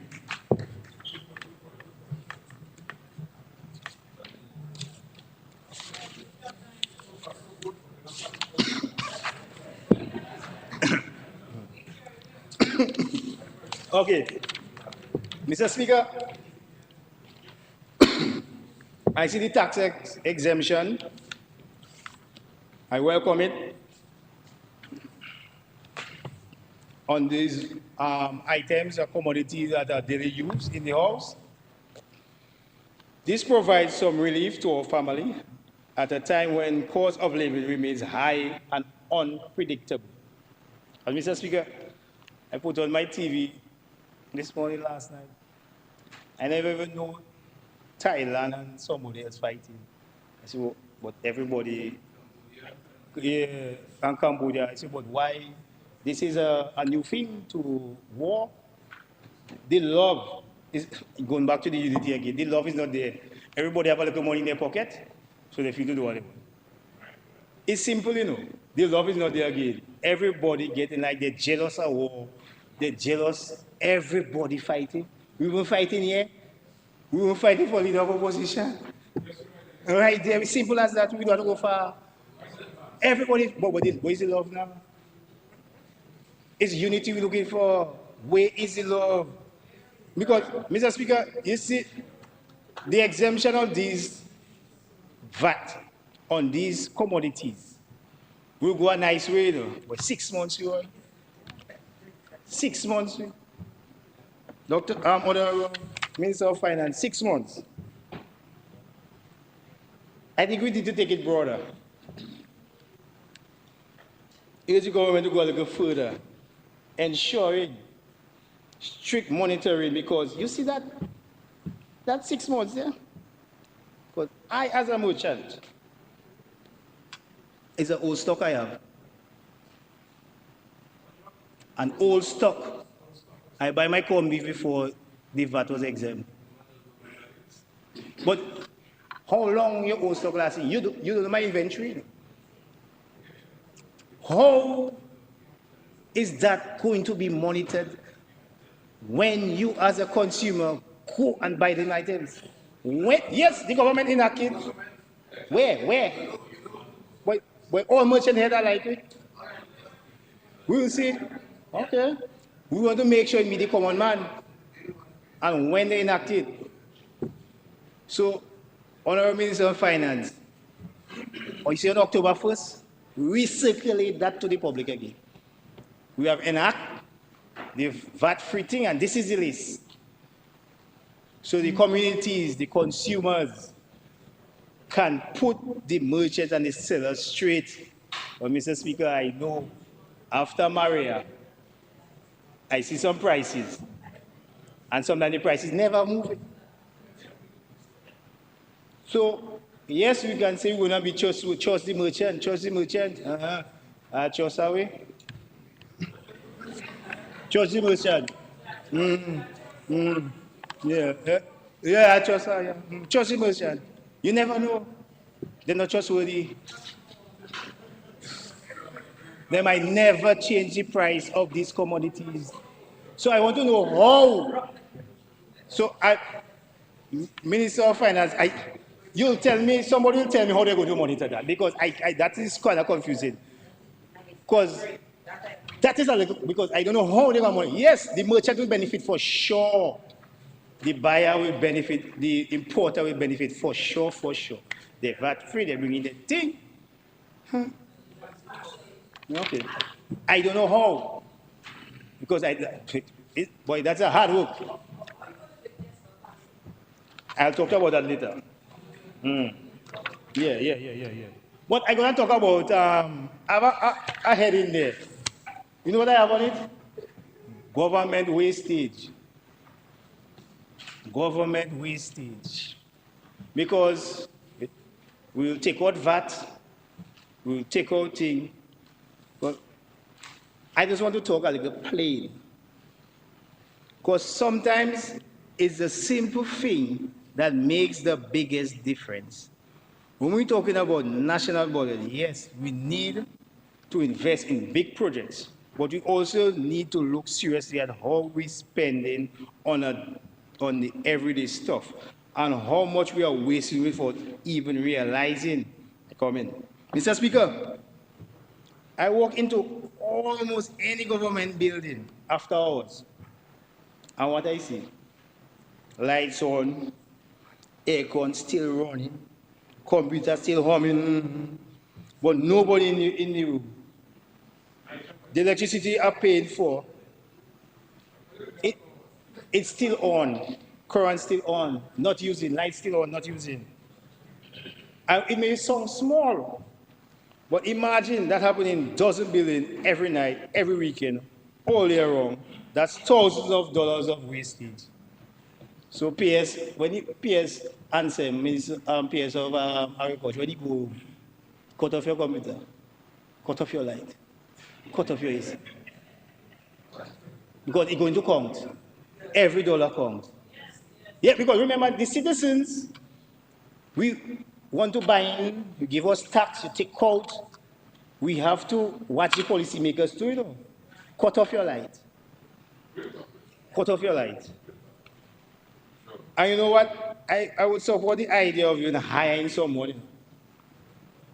Even just one person in each complex whose job is just to go around and end of the day, just to switch off the light and AC or ensure that you unplug it.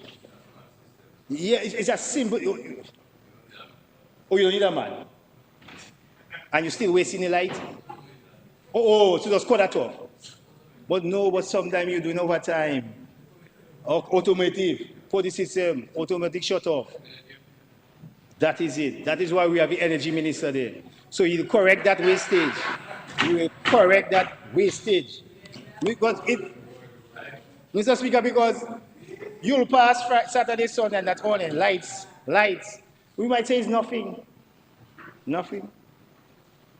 Computer humming. But I personally see the difference. Yeah. I have 2020. Yeah. No, Mr. Speaker, all like the paper. We had talked about paper in, Mr. Speaker, I just seen police officer calling me after 11. All kind of hours for this. Mr. Speaker, in my wife's house I live in, you know. I meet a woman with a house. And I set a paper to breed cockroach and roaches in the lady house. We passed that era, you know. A big book. Watch out.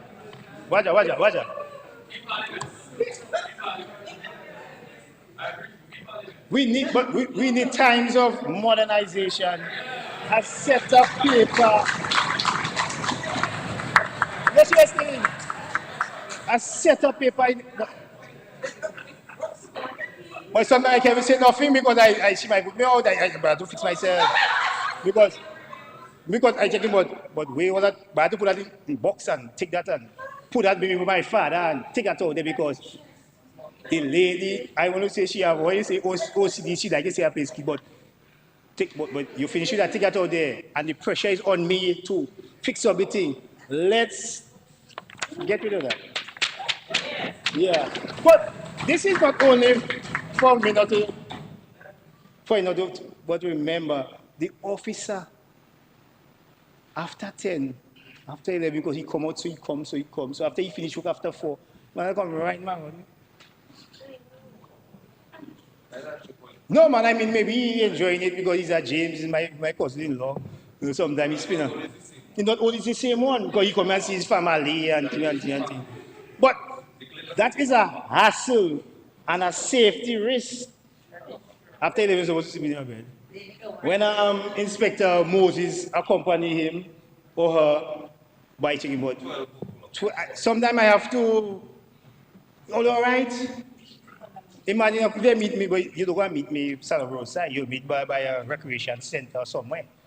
So I say, you want something to eat? You want water? Because you're driving no alcoholic beverage, nothing. What you want? Because I take it like, boy, that's crucial. That crucial, boy. No. We're laughing because, remember, yes, we just here to get a little allowance, but that wasn't included before. So that after hours, it's like a stringent, it's like a tough. To me, I feel sorry for them. I feel sorry for them. Yeah, I feel sorry for them, Mr. Speaker. Because, Mr. Speaker, we have email. It pack, and you send that. And when you open that, that's supposed to automatically send back a response that I received that. Because it's a portal. I went to court on Monday at my home. At my home. I never leave home. But we can make a portal for the parliament. And when when you take out in the portal next time. Simple. No, because it's simple because the portal, the host can take you out. Yeah, you sign it, you can take it out. So let's go green. Let's eliminate this paper.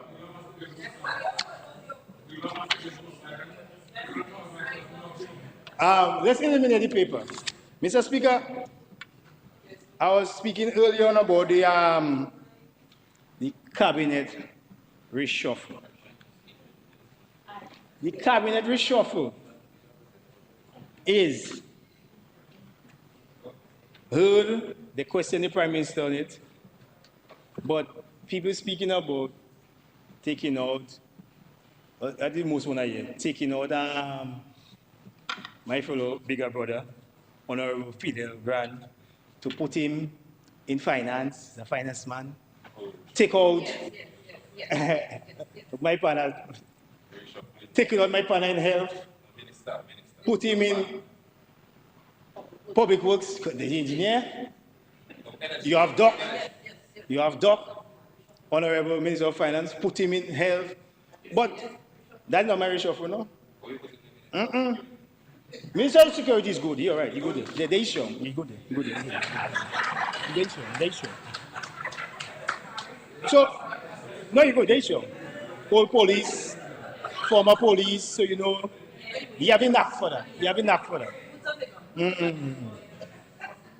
But I try, along with I have advisors, plenty. I have those against the government, those for the government, those in between. I have all kinds of advisors. No, you see those advisors, they break it down to make, as I was alluding earlier, to coincide different ministries. So, who have to forward it for? After I read it, I got to forward it to somebody. I'll send it for somebody. Ministry of Finance, Economic Planning, Investment and Social Security. Ministry of Health and Wellness. Ministry of Climate Action, Environment, Resilience and Energy Transformation. Ministry of Foreign Affairs, Trade and International Business. Ministry of Public Utility, Digital Transformation, Innovation and Information. Ministry of Tourism, Culture, Creative Economy and Diaspora Engagement. Ministry of Agriculture and Food Sovereignty.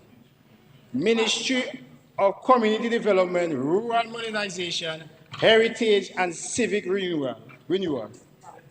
Ministry of Housing, Lands, Urban Renewal and Constituency Empowerment. Ministry of Social Protection and Family Affairs. Ministry of Infrastructure, Transport and Physical Planning. Ministry of Blue and Green Economy, Fisheries and Agro-Enterprise Development, because agriculture, food security is key. So you have to give the fisheries and the agro-processing, even a ministry on their own too, because food security is a problem worldwide. So we need to pay particular attention and give this ministry more power to make sure they secure our food security. Ministry of Sports, Youth, Enterprise and Small Business Development. Small business development. Youth again. So we don't have to go to no minister for nothing. It's sports.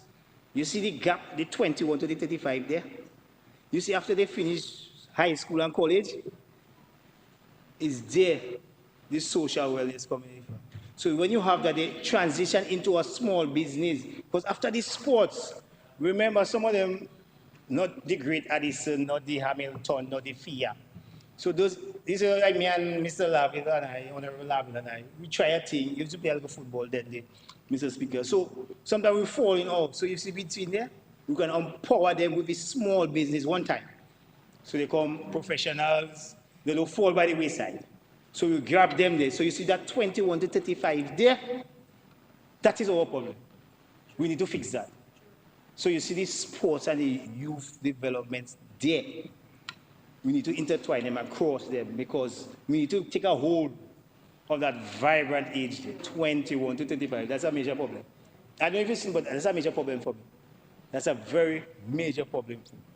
Now, the other ministries, national security, he gone, and home affairs.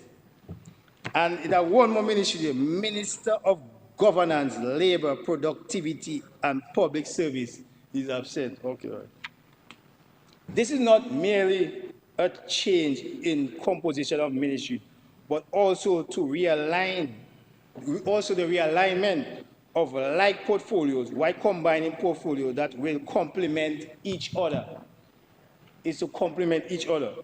The Ministry of Culinary Affairs, wherever Hosea go, whatever ministry you give him, is his own ego. That is his. Wherever they put you, that is your ministry. So they go to add it to wherever you go. That is a must. Yeah, that is a must. So you go with that. That. No, that's it. There are no more ministries. And then you have your junior and then you fix that. Because everybody think it was shifting Honorable Pemberton and put her there. No. A reshuffle don't have to be that. It's to make people work. But sometimes you can take out the engineer and put him there. But anyway, we'll leave that for all to decide. Mr. Speaker, we have the housing reform and hold on.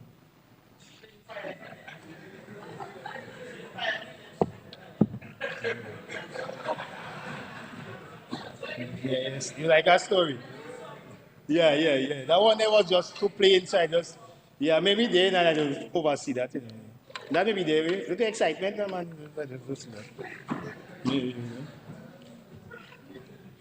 Mr. Speaker, I turn my attention to Housing Revolution Program.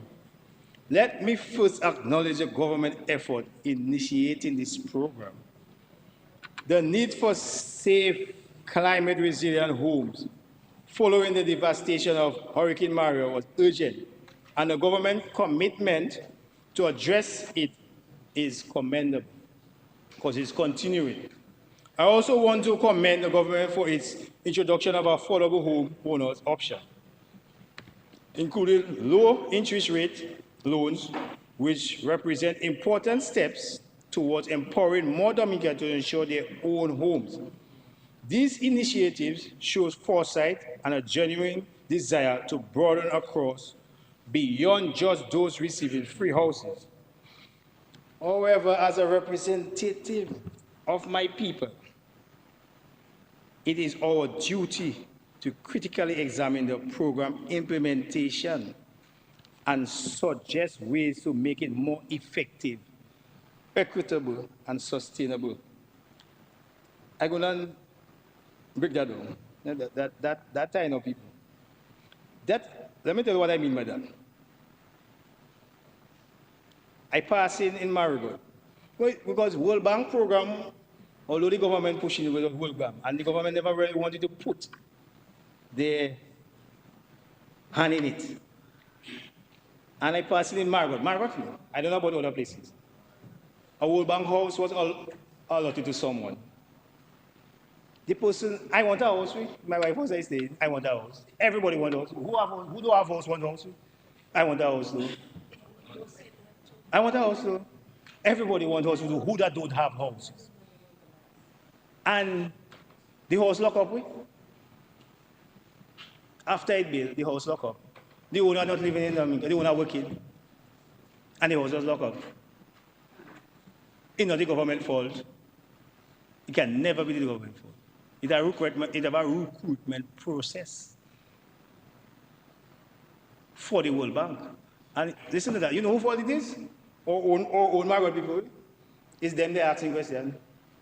I don't know who, but it's them they're asking questions. And it's okay to build it.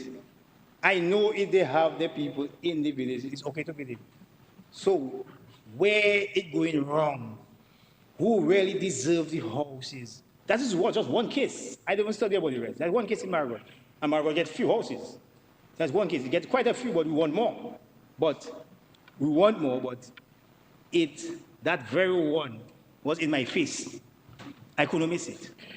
Every day I pass, I seen it. And it lock up. They bar up the veranda, nobody to go in there. I say, wow, I want a house too. Because I find if you get in house to lock up, and have people that not even living in a house. That's bad. I don't know who, but the house is built already. Enjoy the house, whoever, whenever they want to live in it. But we need to watch this selection process and pay a keen interest. Sometimes we just say, oh, government don't come in it because it's World Bank. No, I want the government to go in it.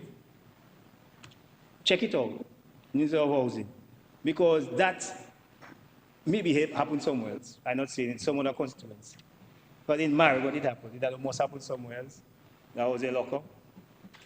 So, because sometimes we need to go back and vet those lists. Well, I mean, you, Mr. Fawzi, when you see as long as I'm the parent, for how long, whenever if Honorable Prime Minister feel to call election, if you have any programs for housing, whether it's brand new or renovation, and you send the list for me, I tell you straight or do give Henderson house. But she working for her money. Uh-oh. But she have her money. Go and get your loan. And I will give it to Laurie, because Laurie not working. She have 5 kids, unemployed. I'll give you the reason. I just using it.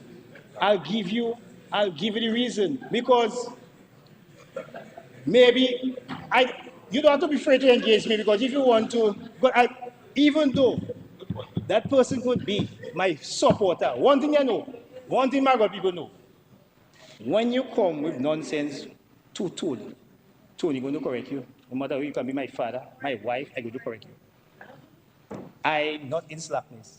I will smile whole day by watching in your face. Have a game face, I smile and I vex you. That's what I mean. Yeah, I smile at you and I vex you. You'll never know. But I don't have no hate, I just vex. I don't do. But we need to correct this. Because I don't want it to happen again. Because the talk, I saw the house, the talk, I think it's me alone that saw it. I said, nobody, somebody. And I started to get complaint. And one after the other, I say the vetting process had an issue. But anyway, it will not happen again. I said, no, she wanted a house, she get a house, so that's okay. But we will move on to that, and we will, what we need to do, we have to also, in the housing revolution, focus on what has already exists, especially the civil servants. They have their house, they've been over 15, 20 years, and sometimes they want to renovate. And I think we should look at also the custom charges for materials. Because we can build our own. We can build our own. Once the building material drops, we can build our own. Let's train on the government, because people can get house to lock up. I want materials free too. But if you get in house to lock up, but why can't I get material free? But what about those that are willing to help themselves? We have to look at those very productive ones that are willing to renovate and expand and build the Airbnb in their pocket. And if we get a little 6 months or maybe a year reduction on building materials, I know a lot of vibrant and independent people go to extend, they're going to build, they're going to, and this is going to create jobs for contractors, electricians, plumbers. So we need to think about a little exemption. Maybe after, we don't want to force the government, Honorable Minister of Finance, but we can recommend at a later date, you can do some exemption on building materials. I think it'll go a long way for the productive sectors, people that are willing to push their hand in their pocket and pay for their thing. Because people that are looking for, those people that, bad by their money, they can take out and buy the thing. So they can do more. And the more they do personally is for the country also. So let's give us a little empowerment with a little tax exemption, 6 months, just like on the food. We have to eat, but we want to be sheltered properly, because we built that house 20 years now.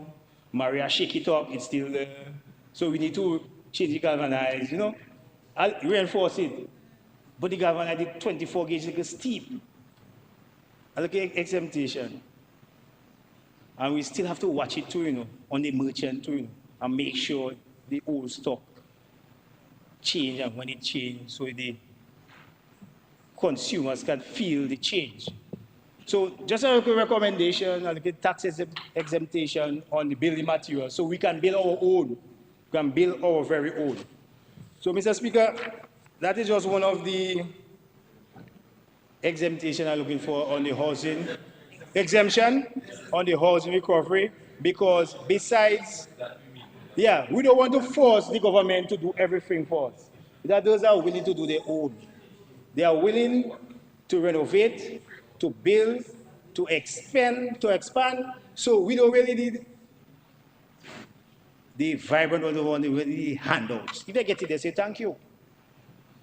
And I have a few under 40 that, that just build.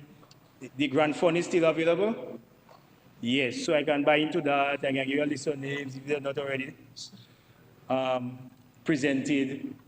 Can vet it and make sure, they get help. 5 people, not much at building, under 40, 5 people, because not much building because the cost of building material is too high.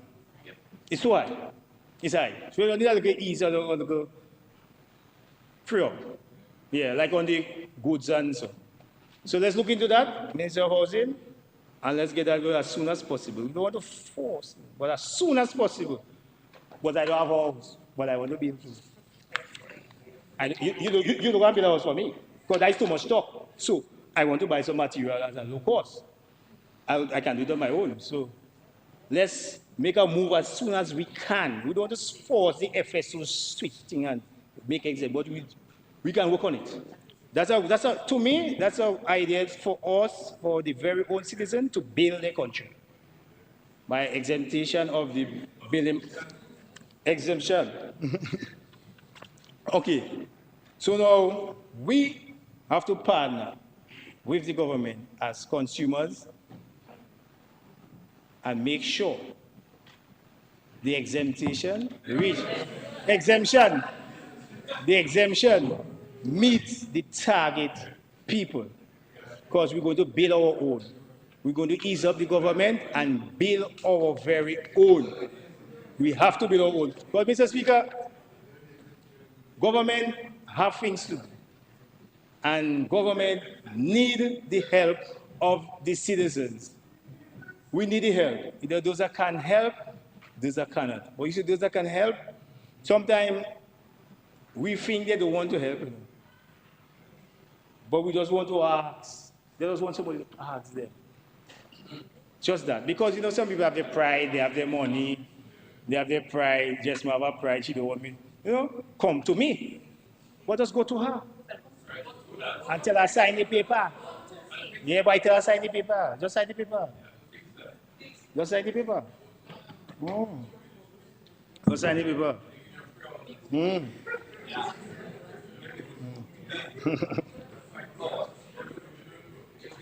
Mr. Speaker,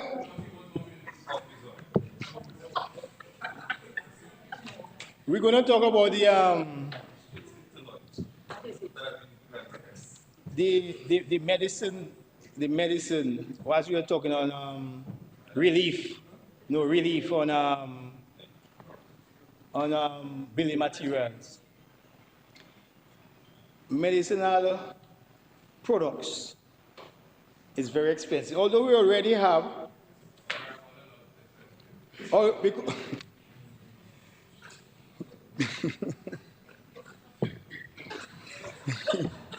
Mr. Speaker, because that is another place, this is another place or another venue where people are struggling right now. If you're diabetic, asthmatic, or living with a high blood pressure, you already have a lot on your plate. Last thing you need to do is hit with VAT when buying something like glucose test strips or an inhaler. Mr. Speaker, I know I asked for a lot of tax relief, but people need it. We need it. Same goes to things like Panadol, allergy meds, antiseptic, blood pressure medicine, basic health stuff. Some of it's VAT-free, yes, some of it is already VAT-free, but not nearly enough, because we see the rising of NCDs in our country. It's rising. I think best we will put back a VAT on them food there, because sugar, people eating too much sweet thing and corned beef and thing because and salt and thing, because we trying to Ease up, but people know better and they're not doing better. I don't know why. We know the beer not good and we still drinking the beer. But our head hard. Our head hard. More sugar, more yeast. More we drink the BB and grapefruit. More sugar we put in us.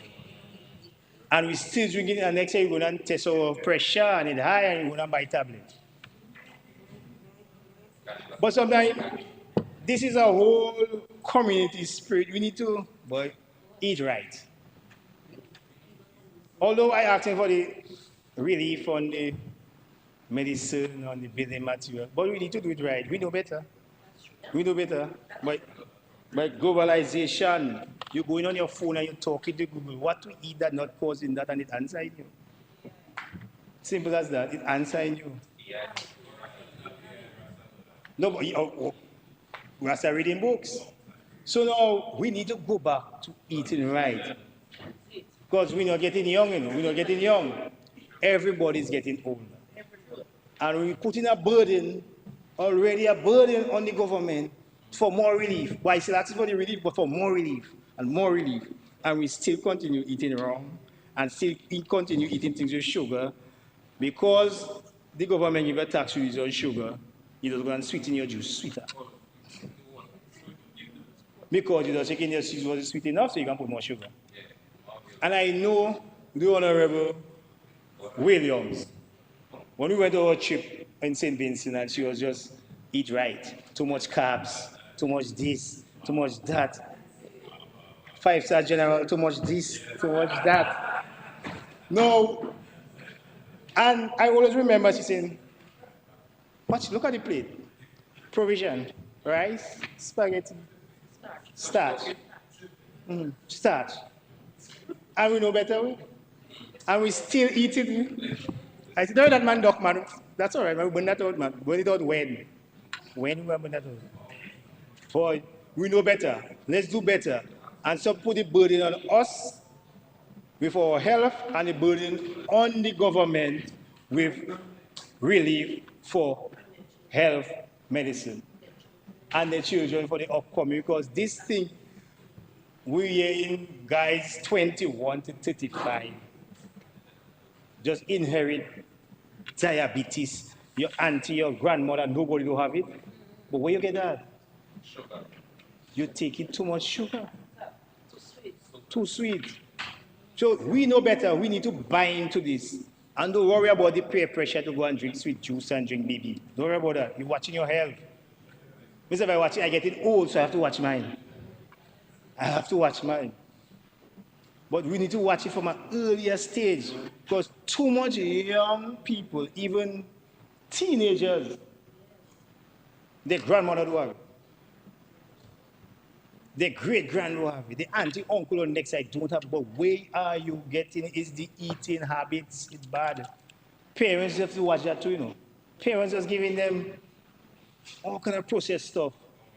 Boy, boil the pumpkin and mash it for the child. Boil the pumpkin and crush it. And give it to the child to eat. All those good bad things, all those buying, all those poison. Raising the child sugar. Simple as that. Eat local. Buy into the program. Support local. We eating, boy, I don't know if it's black people sin they're carrying. I don't know if they like, why we like to eat so much large portions. They even have something they call niggeritis. You have a big portion of rice, dashing tea, and after you lie down, and you're good. But after a while, your body, when you're aging, cannot process those things. So NCD is going to rise up. You have sugar, you have diabetes, you have pressure, you have too much salt, and it starts, and you want relief on medicine, and then you're going to be the government medicine too expensive, and we're not watching our eating habits. Let's correct this. Because the Prime Minister always asks about sugar. He don't drink alcohol, right? No. I already said at that time. And I taking like, I don't try that, but I don't know.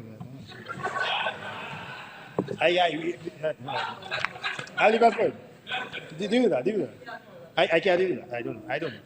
I can try. Yeah, we know better. But I'm gonna move on to, because my constituency, I never even, boy, let me read. Let me read. Sometimes we look all over the island to place, to start new things, and we forget that some communities already doing a lot with very little. And today, I want to say plainly, it's time we give Marigot the recognition, the respect, the resource that is truly deserved.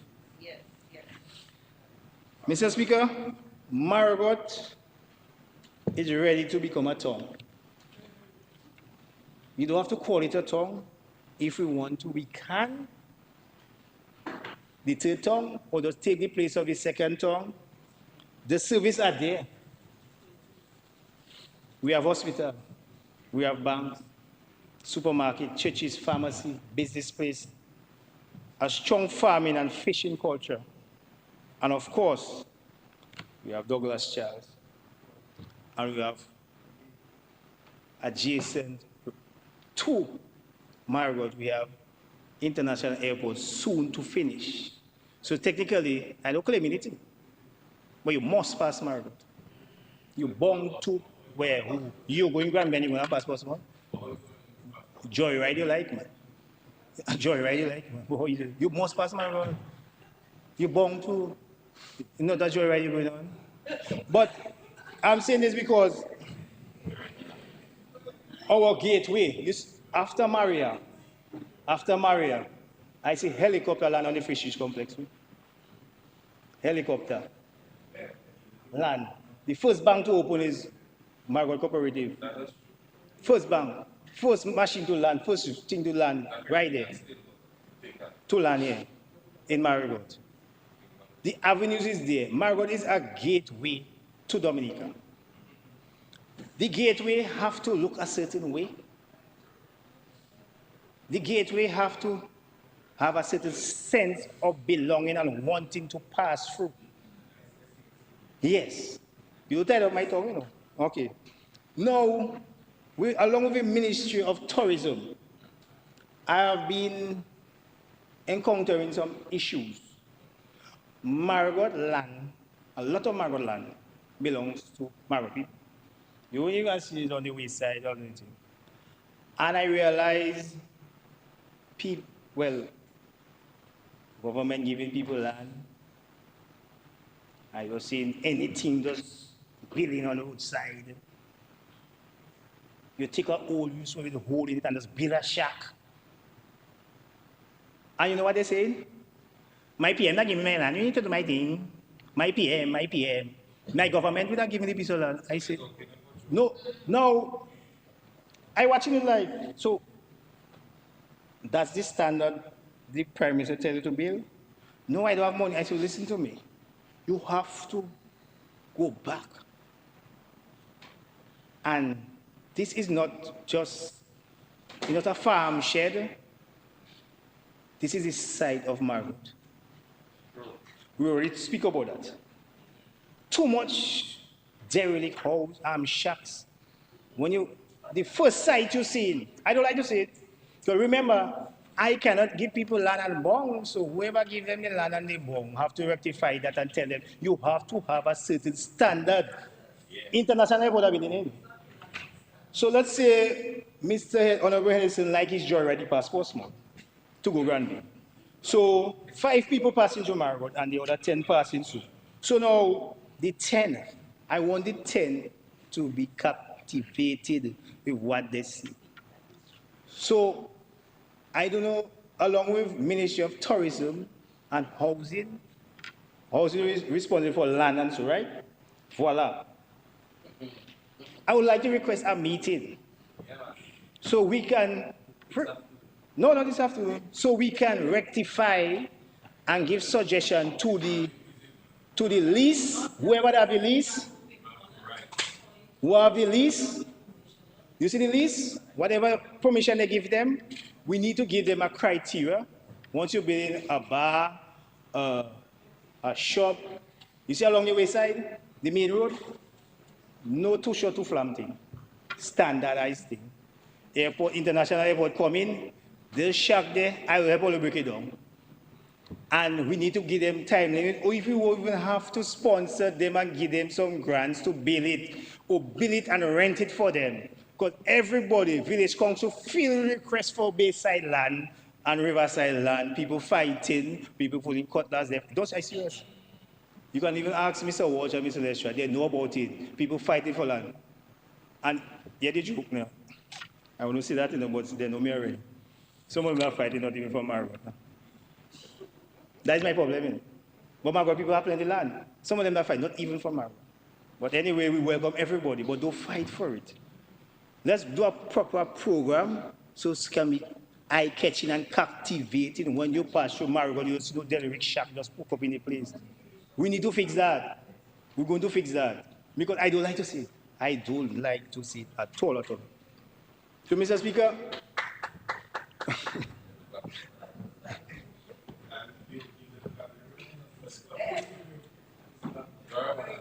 Mr. Speaker, also,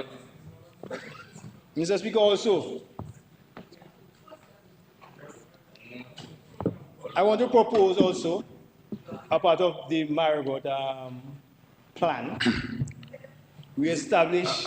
Honorable member, one sec. Mr. James, pass it. Let Honorable Jesma Paul deal. Yeah.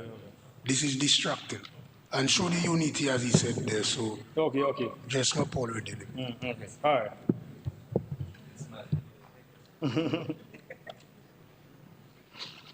Mr. Speaker, as Marigot, the Northeast is a vibrant agriculture and fishing community. The records of catches, I think is the Northeast are the most catch, highest yields is the Northeast, I think. So what I am trying to do is buy into the program to make the first year agricultural program in the college be in either Northeast or an area in the Northeast to further strengthen our food security and our back to the soil, back to basic, to preserve our heritage and eat what we grow. So you see our first year plan, as we already have a knack and young kids grow up in a farming family, and those who are interested in continuing the farming program, let's make the first year, whether in the Northeast, whether in our next government building, so we can make this thing. Because everybody thinks agriculture is this dirty clothes thing. Mr. Speaker, you see every week, you see this stipend, what, 2,500? I get in here. 1 week, I can get out of my farm. 1 week, I can get out of my farm. Because agriculture, you see Friday coming? Yeah, hey, you can see, you see Friday coming? I can say I want $500 in my pocket. And go and get $500 for produce and sell. I determine what I put in my pocket. And if I want to make a contribution to this community, if it's only go nothing yet, I took money in my pocket still. Why? I can't tell my wife that. No, I can't tell her that. Not my money. Your money, not my money. I can't tell her that. I can't tell her that. I can't tell her that. I can't tell her that. I can't tell her that. I can't. Yeah. So, Mr. Speaker, let's talk a little about fish. Our fisher folks in Marigot work hard. The Honorable Defoe, behind the wall, is a man that key. He's very key. He's very key. He likes salt. Everything is salt, he likes it. He said this, salt. Salt. He likes fish. He likes the water. So, we are only scratching the surface of what is possible. We have a 55 million complex, fisheries complex. And listen to me, I don't like how I see it now.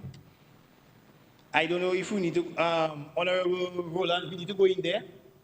We need to put some proper structure and management inside it. P.S. I told him so already. That 55 million, I find it just there going on. We need to educate the fishers there. We need some proper upkeep, proper management. Ice machine always break down. Fishers cannot go and fish. We need to do some management in that complex. 55 million just there. We need to fix that. We're going to fix that. Under my watch, we're going to fix that. We're going to put proper management inside there. And if they don't want to manage it, if they're from Marigot that they don't want to manage it, bring other people. $55 million not going down the like that. But it's in Marigot. So we have to properly and execute that and use the maximum capacity of the capability of the facility. 55 mil? No. We have to fix that. No. That is a lot of money, Honorable. We have to fix that. That's just there. Fishers cleaning fish, nobody paying water. Man just cleaning fish, man. Nobody not paying for the water, they just open pipe and who monitoring that? No. We have to fix that. We have to call the fisher group, fish hunters, and fix it and make them fix it. They have to buy into it. It's our complex that there. And they're in charge, it's not their own. We put them there to fix it and to run it. So to make sure they run it in the best way to maximize its capacity. 55 million, just there. No. We have to fix that. Mr. Speaker, we have sometimes might be dialect. Kokoi, right? Honorable Minister of Education, the Kokoi. UNESCO did a project to bring it into the schools. I don't know if it's stopped or they continue it. As part of the reform of education, Wesley Marigot, we have the linguists and them in Wesley, the people that can teach it, write it. We can have a little form in it, a little part in it in the reform, so we can introduce it back or introduce it if it ever was. We used to do it as recreation, but we can put it back as form of a language. Because the Kokoi also, the Creole French, the broken French, the Patois, because Marigot, we hardly speak Patois. I don't know Patois. The only Patois we know is because it was there used often. But all these things,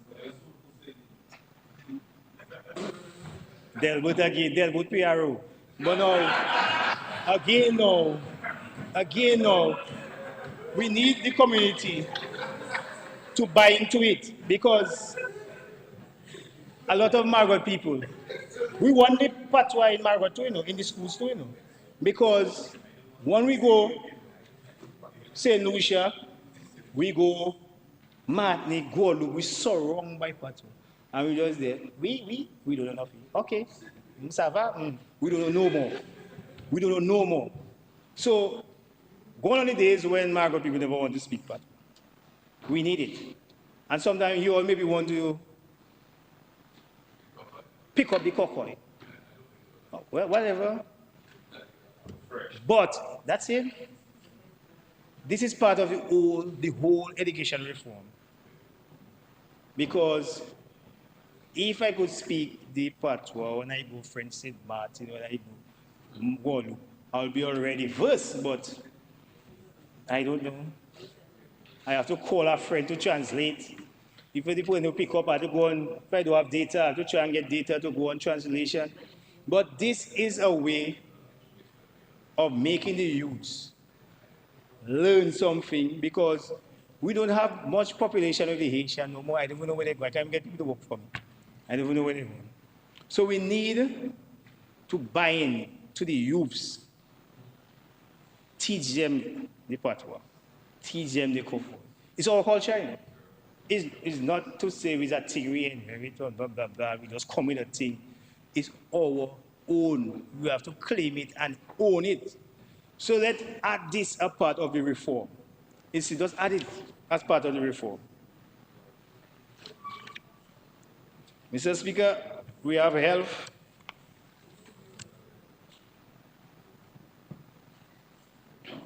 We must give, credit must be given where it's due. The government has made some real progress in health. I want to commend them for hiring more nurses, bringing in specialists, and building new hospitals, especially Roseville and Marigot. These are steps in the right direction. We all want to see our people get care they deserve, right here at their home. Mr. Speaker, I'm getting old. I don't want to commute from Marigot to Roseville just for a scan. So this scan might make us just save my life in Marigot, because the doctor can predict what is my issue before reaching 45 minutes away. Sometimes I reach Concord, I pass out. So in my old age, although we had a soft opening, I want a hard opening. Yeah, I want a hard opening. This soft thing doesn't work. Them soft thing doesn't work. Soft thing can't work. That will fall long. That cannot work. Soft thing cannot work. I need a hard opening. Hard. That soft opening cannot work. Hard. Trust me. It cannot work. It cannot work. Mr. Speaker, I also have the proposal in the health. You see, especially in the health, we have a lot of diaspora with doctors and on social media willing to give. They're willing to come back and give back. Let's capitalize on that. Let's capitalize on that. Kiddie, naysay, and blah, blah, blah, and blah, blah. Lord them. No hate. Let's buy into it. They're from Dominica. Let's help them. And I don't know why. You see this thing here? That's a problem, you know? You see this? This is a problem. People believe this is direct contact, so it's their phone. And you have to answer it, and you have to go on social media and put what you want and say what you want, because it's a parallel you cannot answer. I can answer. Yeah, okay. Say what you want. I want to answer on Facebook, but we'll meet. I can answer. So say what you want. But before I was Honorable, is there that there? Honorable Anthony Charles, I was Tony Rebel. So don't believe you're going to tell me what you want because you vote for me. You're not going to tell me what you want. You're not going to tell me what you want because, oh, I want exemption, I have thing. No. It's a process. Mr. Speaker, I'm in the opposition. You know. I have to go to the Honorable Minister of Health, then FS have to take it, and then they have to stamp it. Because everybody has to go to the process. So you cannot come and say, oh, you and them go to get the waiver. It's a personal experience I encounter. But I laugh, I just come to church, so I was laughing. I say, okay, I'll work on it. But we need, it's a process. Sometimes they say it's slow, but we have to go to the process. Let's go to the process. Give them the inventory, no, Margaret, let's give the inventory. And we'll exempt what we want and do it the right way. Just do it the right way. It's a simple process, and we're quick to go on social media. It has some Caribbean countries that not even putting their crime on social media because they're trying to protect their image. And the very first people to say the parallel for Marigot is my very own people in the diaspora. We're always quick to ridicule each other. What you're looking for, fame, gain, is one Dominica. Call the parliament and work with him and say, hey, you're doing that wrong. But you don't know how you're saying it. But you're doing that good. No, take your time. Take your time. Because I hasty, I didn't the MSG, I hasty. So you have to take your time. It's not what you say, it's how you say it. Now, when you come, Mr. Speaker, this government here for 20 years and plus, Mr. Speaker, more year, the government this, the government that, the government that. Meaning bad things, not positive things. That's the government policy. When you win, you can twist the policy. Well, listen to that. They keep in the same policy and the same program they say they're going to keep. But you criticize the policy because the government not doing it your way. Give them the recommendation. See, the give is one country. So because St. Lucia, take the CBI to court, you're going to take the CBI here to court. And you say you're going to keep the program, you're undermining the program, you want to burn down the whole building for a cockroach and after build it back. Burn down the whole building. Kill the program, make movie, go on the internet, go on thing, and after you want to build it back and use the same program. So you're setting back the country by one little cockroach running up and down. But one country, you know, I don't know where that hate come out in. Take the CBI to court. When you win the election, are you planning to keep it? Yes, but... So what is the point? But what is the point? You criticize that program and you say you're going to keep and you want to kill it before you get it? Mr. Speaker, we have to move on. Because I don't have much time. I can move a motion, you can move a motion, give more time. Anyway, you take it from my time. Mr. Speaker. Yes, you have time. Yeah, man, I have time, man. You have time. I will give you, when you reach about 10 more minutes, I will tell you. I'll indicate to you. Okay. Mr. Speaker.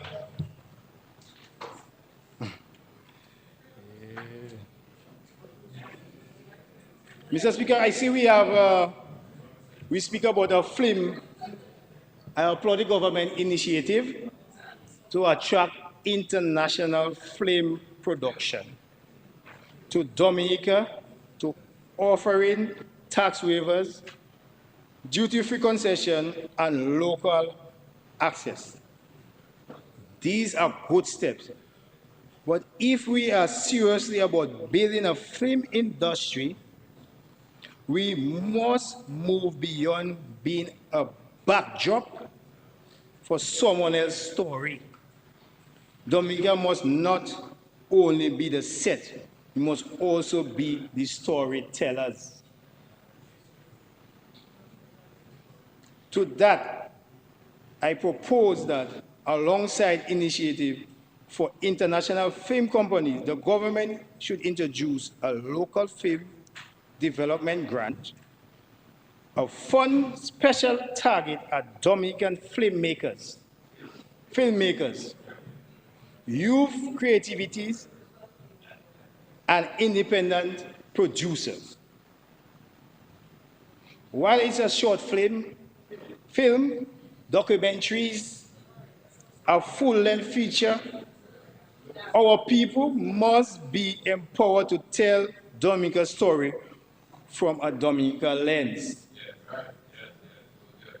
Mr. Speaker, this is not only about art, it's about economics. A strong local film industry means more jobs for makeup artists, camera operators, editors, set designers, and actors. More content for education, marketing, tourism, and national identity.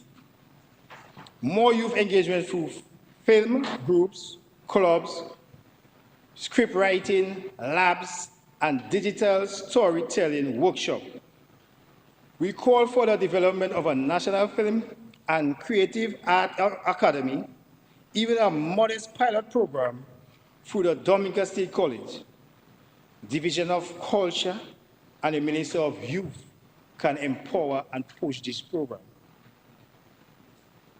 Furthermore, we urge Discover Dominica and the Ministry of Tourism to commit to licensing and promoting at least 5 local-made films per year that showcase Dominica culture, folkways, and heritage. This is the next way to market our Dominica and push it out there. When we only enable our creators here, we empower them, and we still market Dominica easily. Easily. Let every cruise ship, dock, and airline setback screen feature content made by Dominica for Dominicans and the world. Mr. Speaker, the world is consuming stories. Let's make sure some of them are ours. Let's put Dominica out there. We need to put Dominica out there. Mr.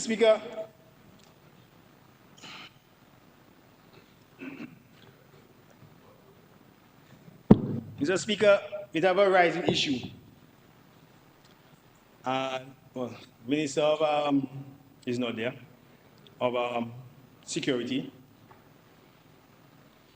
gun violence. A lot of you people here not studying my page, but I put out something for my Marigot people.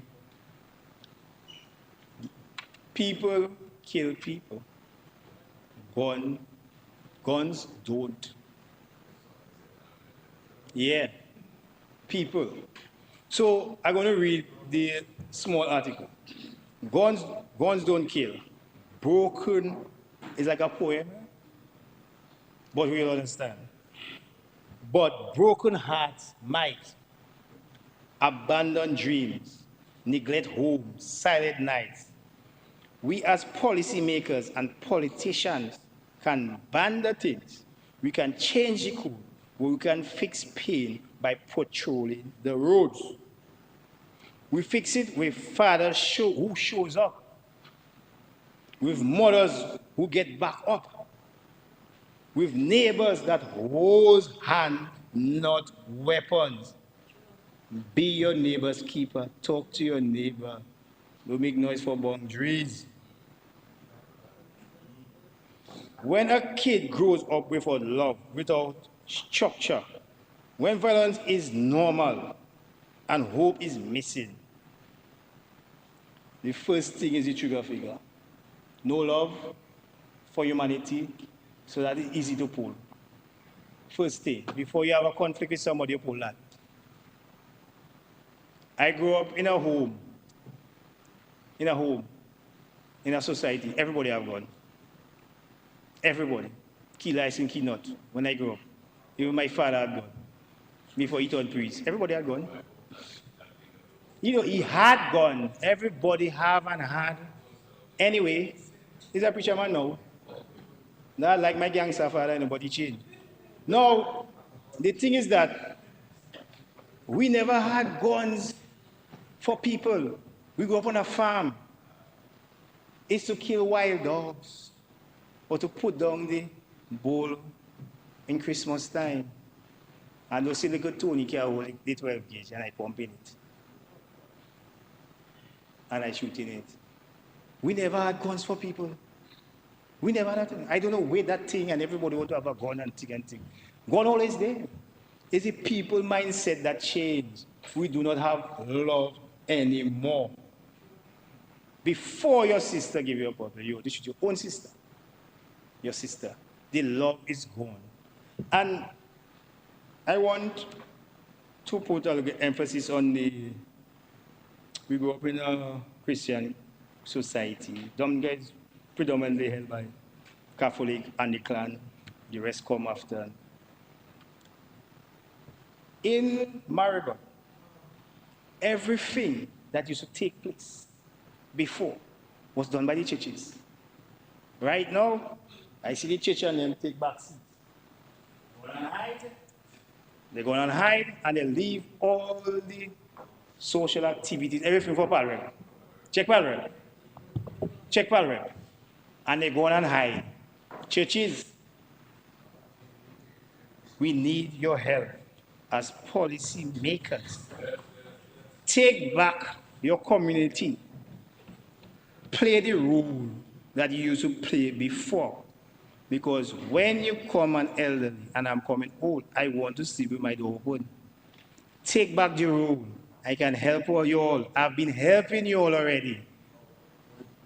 We need to take back our community, because this gun violence is not because of too much guns. It's because of the love is not there no more. And the other thing is that everybody independent. They're making their money. They believe they don't need a man to grow their child. They don't need a woman to grow their child. Listen to me. You see the love the mother gives and the father the mother gives, that different love. And if the child can get both of them, but Mr. have plenty love, he or she have more love.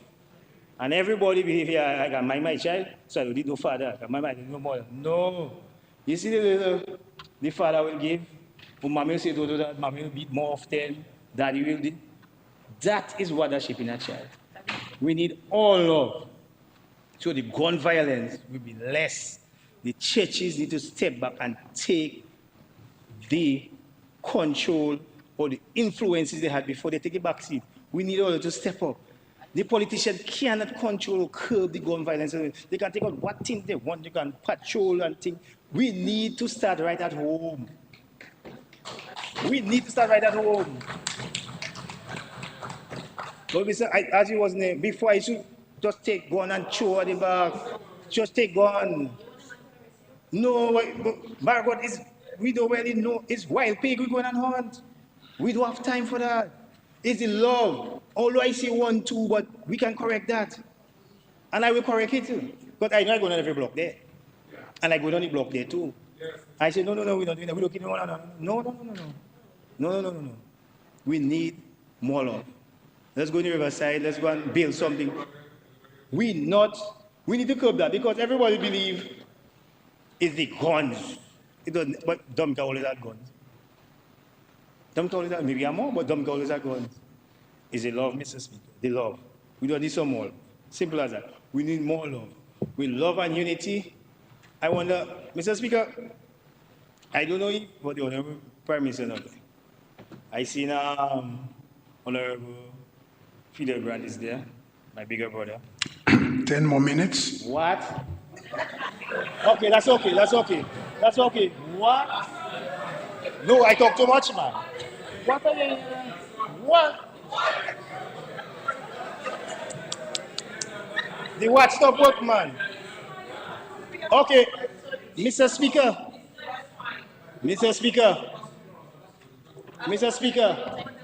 we need, no, I don't need more time. We need the unity.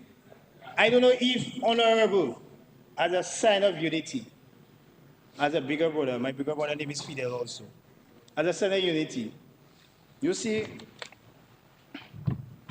this, I don't want to get back to you now, as a sign of unity. We have to buy into it, and you have to make sure the people then buy into it. And we are willing to work together. I'm going to make a recommendation. In the parliament, let's do an exchange in the parliament that we're willing to work together. With this question you have there and this, let's do an exchange. Yes, no, they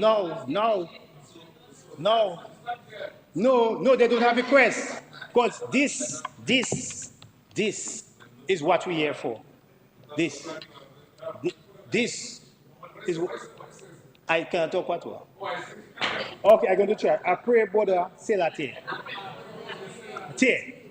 Okay.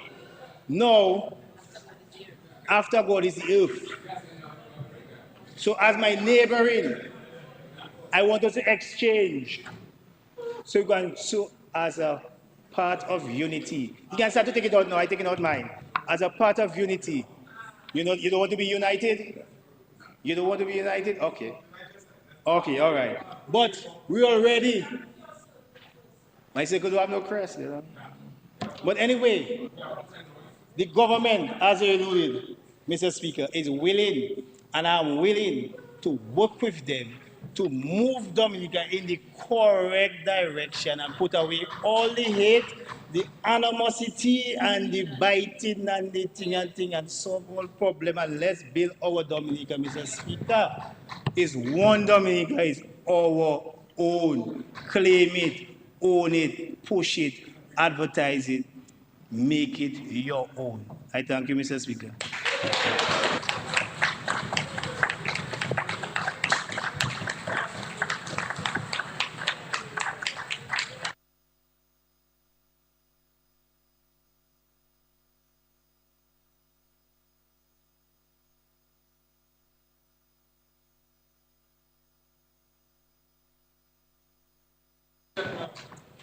Mr. Speaker, I'm permitted. Let me just clarify one or two things which Honorable Charles said, and then I'll take it from there. But regarding the BAM road, Honorable Charles, is actually 65% work done. The work audit that was done, so it's actually 65% complete, and that was done up till the Bailey Bridge. However, there was an issue with the pavement and some of the works and the quality which you are aware of. Based on the European Union's guidelines, it had to be stopped. So we tried our best to continue, but European Union, they have their guidelines, they have their conditions. So, but we will look into it again. As regards to liquid petroleum, Mr. Speaker, there's no tax on liquid petroleum. Okay. As a matter of fact, there's not even customs service charge. Yeah, but in your rebuttal, you can address it properly. Right. I thought you were just going to do a 30 seconds. Right now. Yeah. But okay. Mr. Speaker, I move that the House be adjourned until 2:30 this afternoon. 2:30. 2:30. Yes. Second. Mr. Speaker. It has been moved and seconded that the House be adjourned until 2:30 p.m. this afternoon. Those in favor? Those against? The ayes have it. House stand adjourned until 2:30 p.m. this afternoon.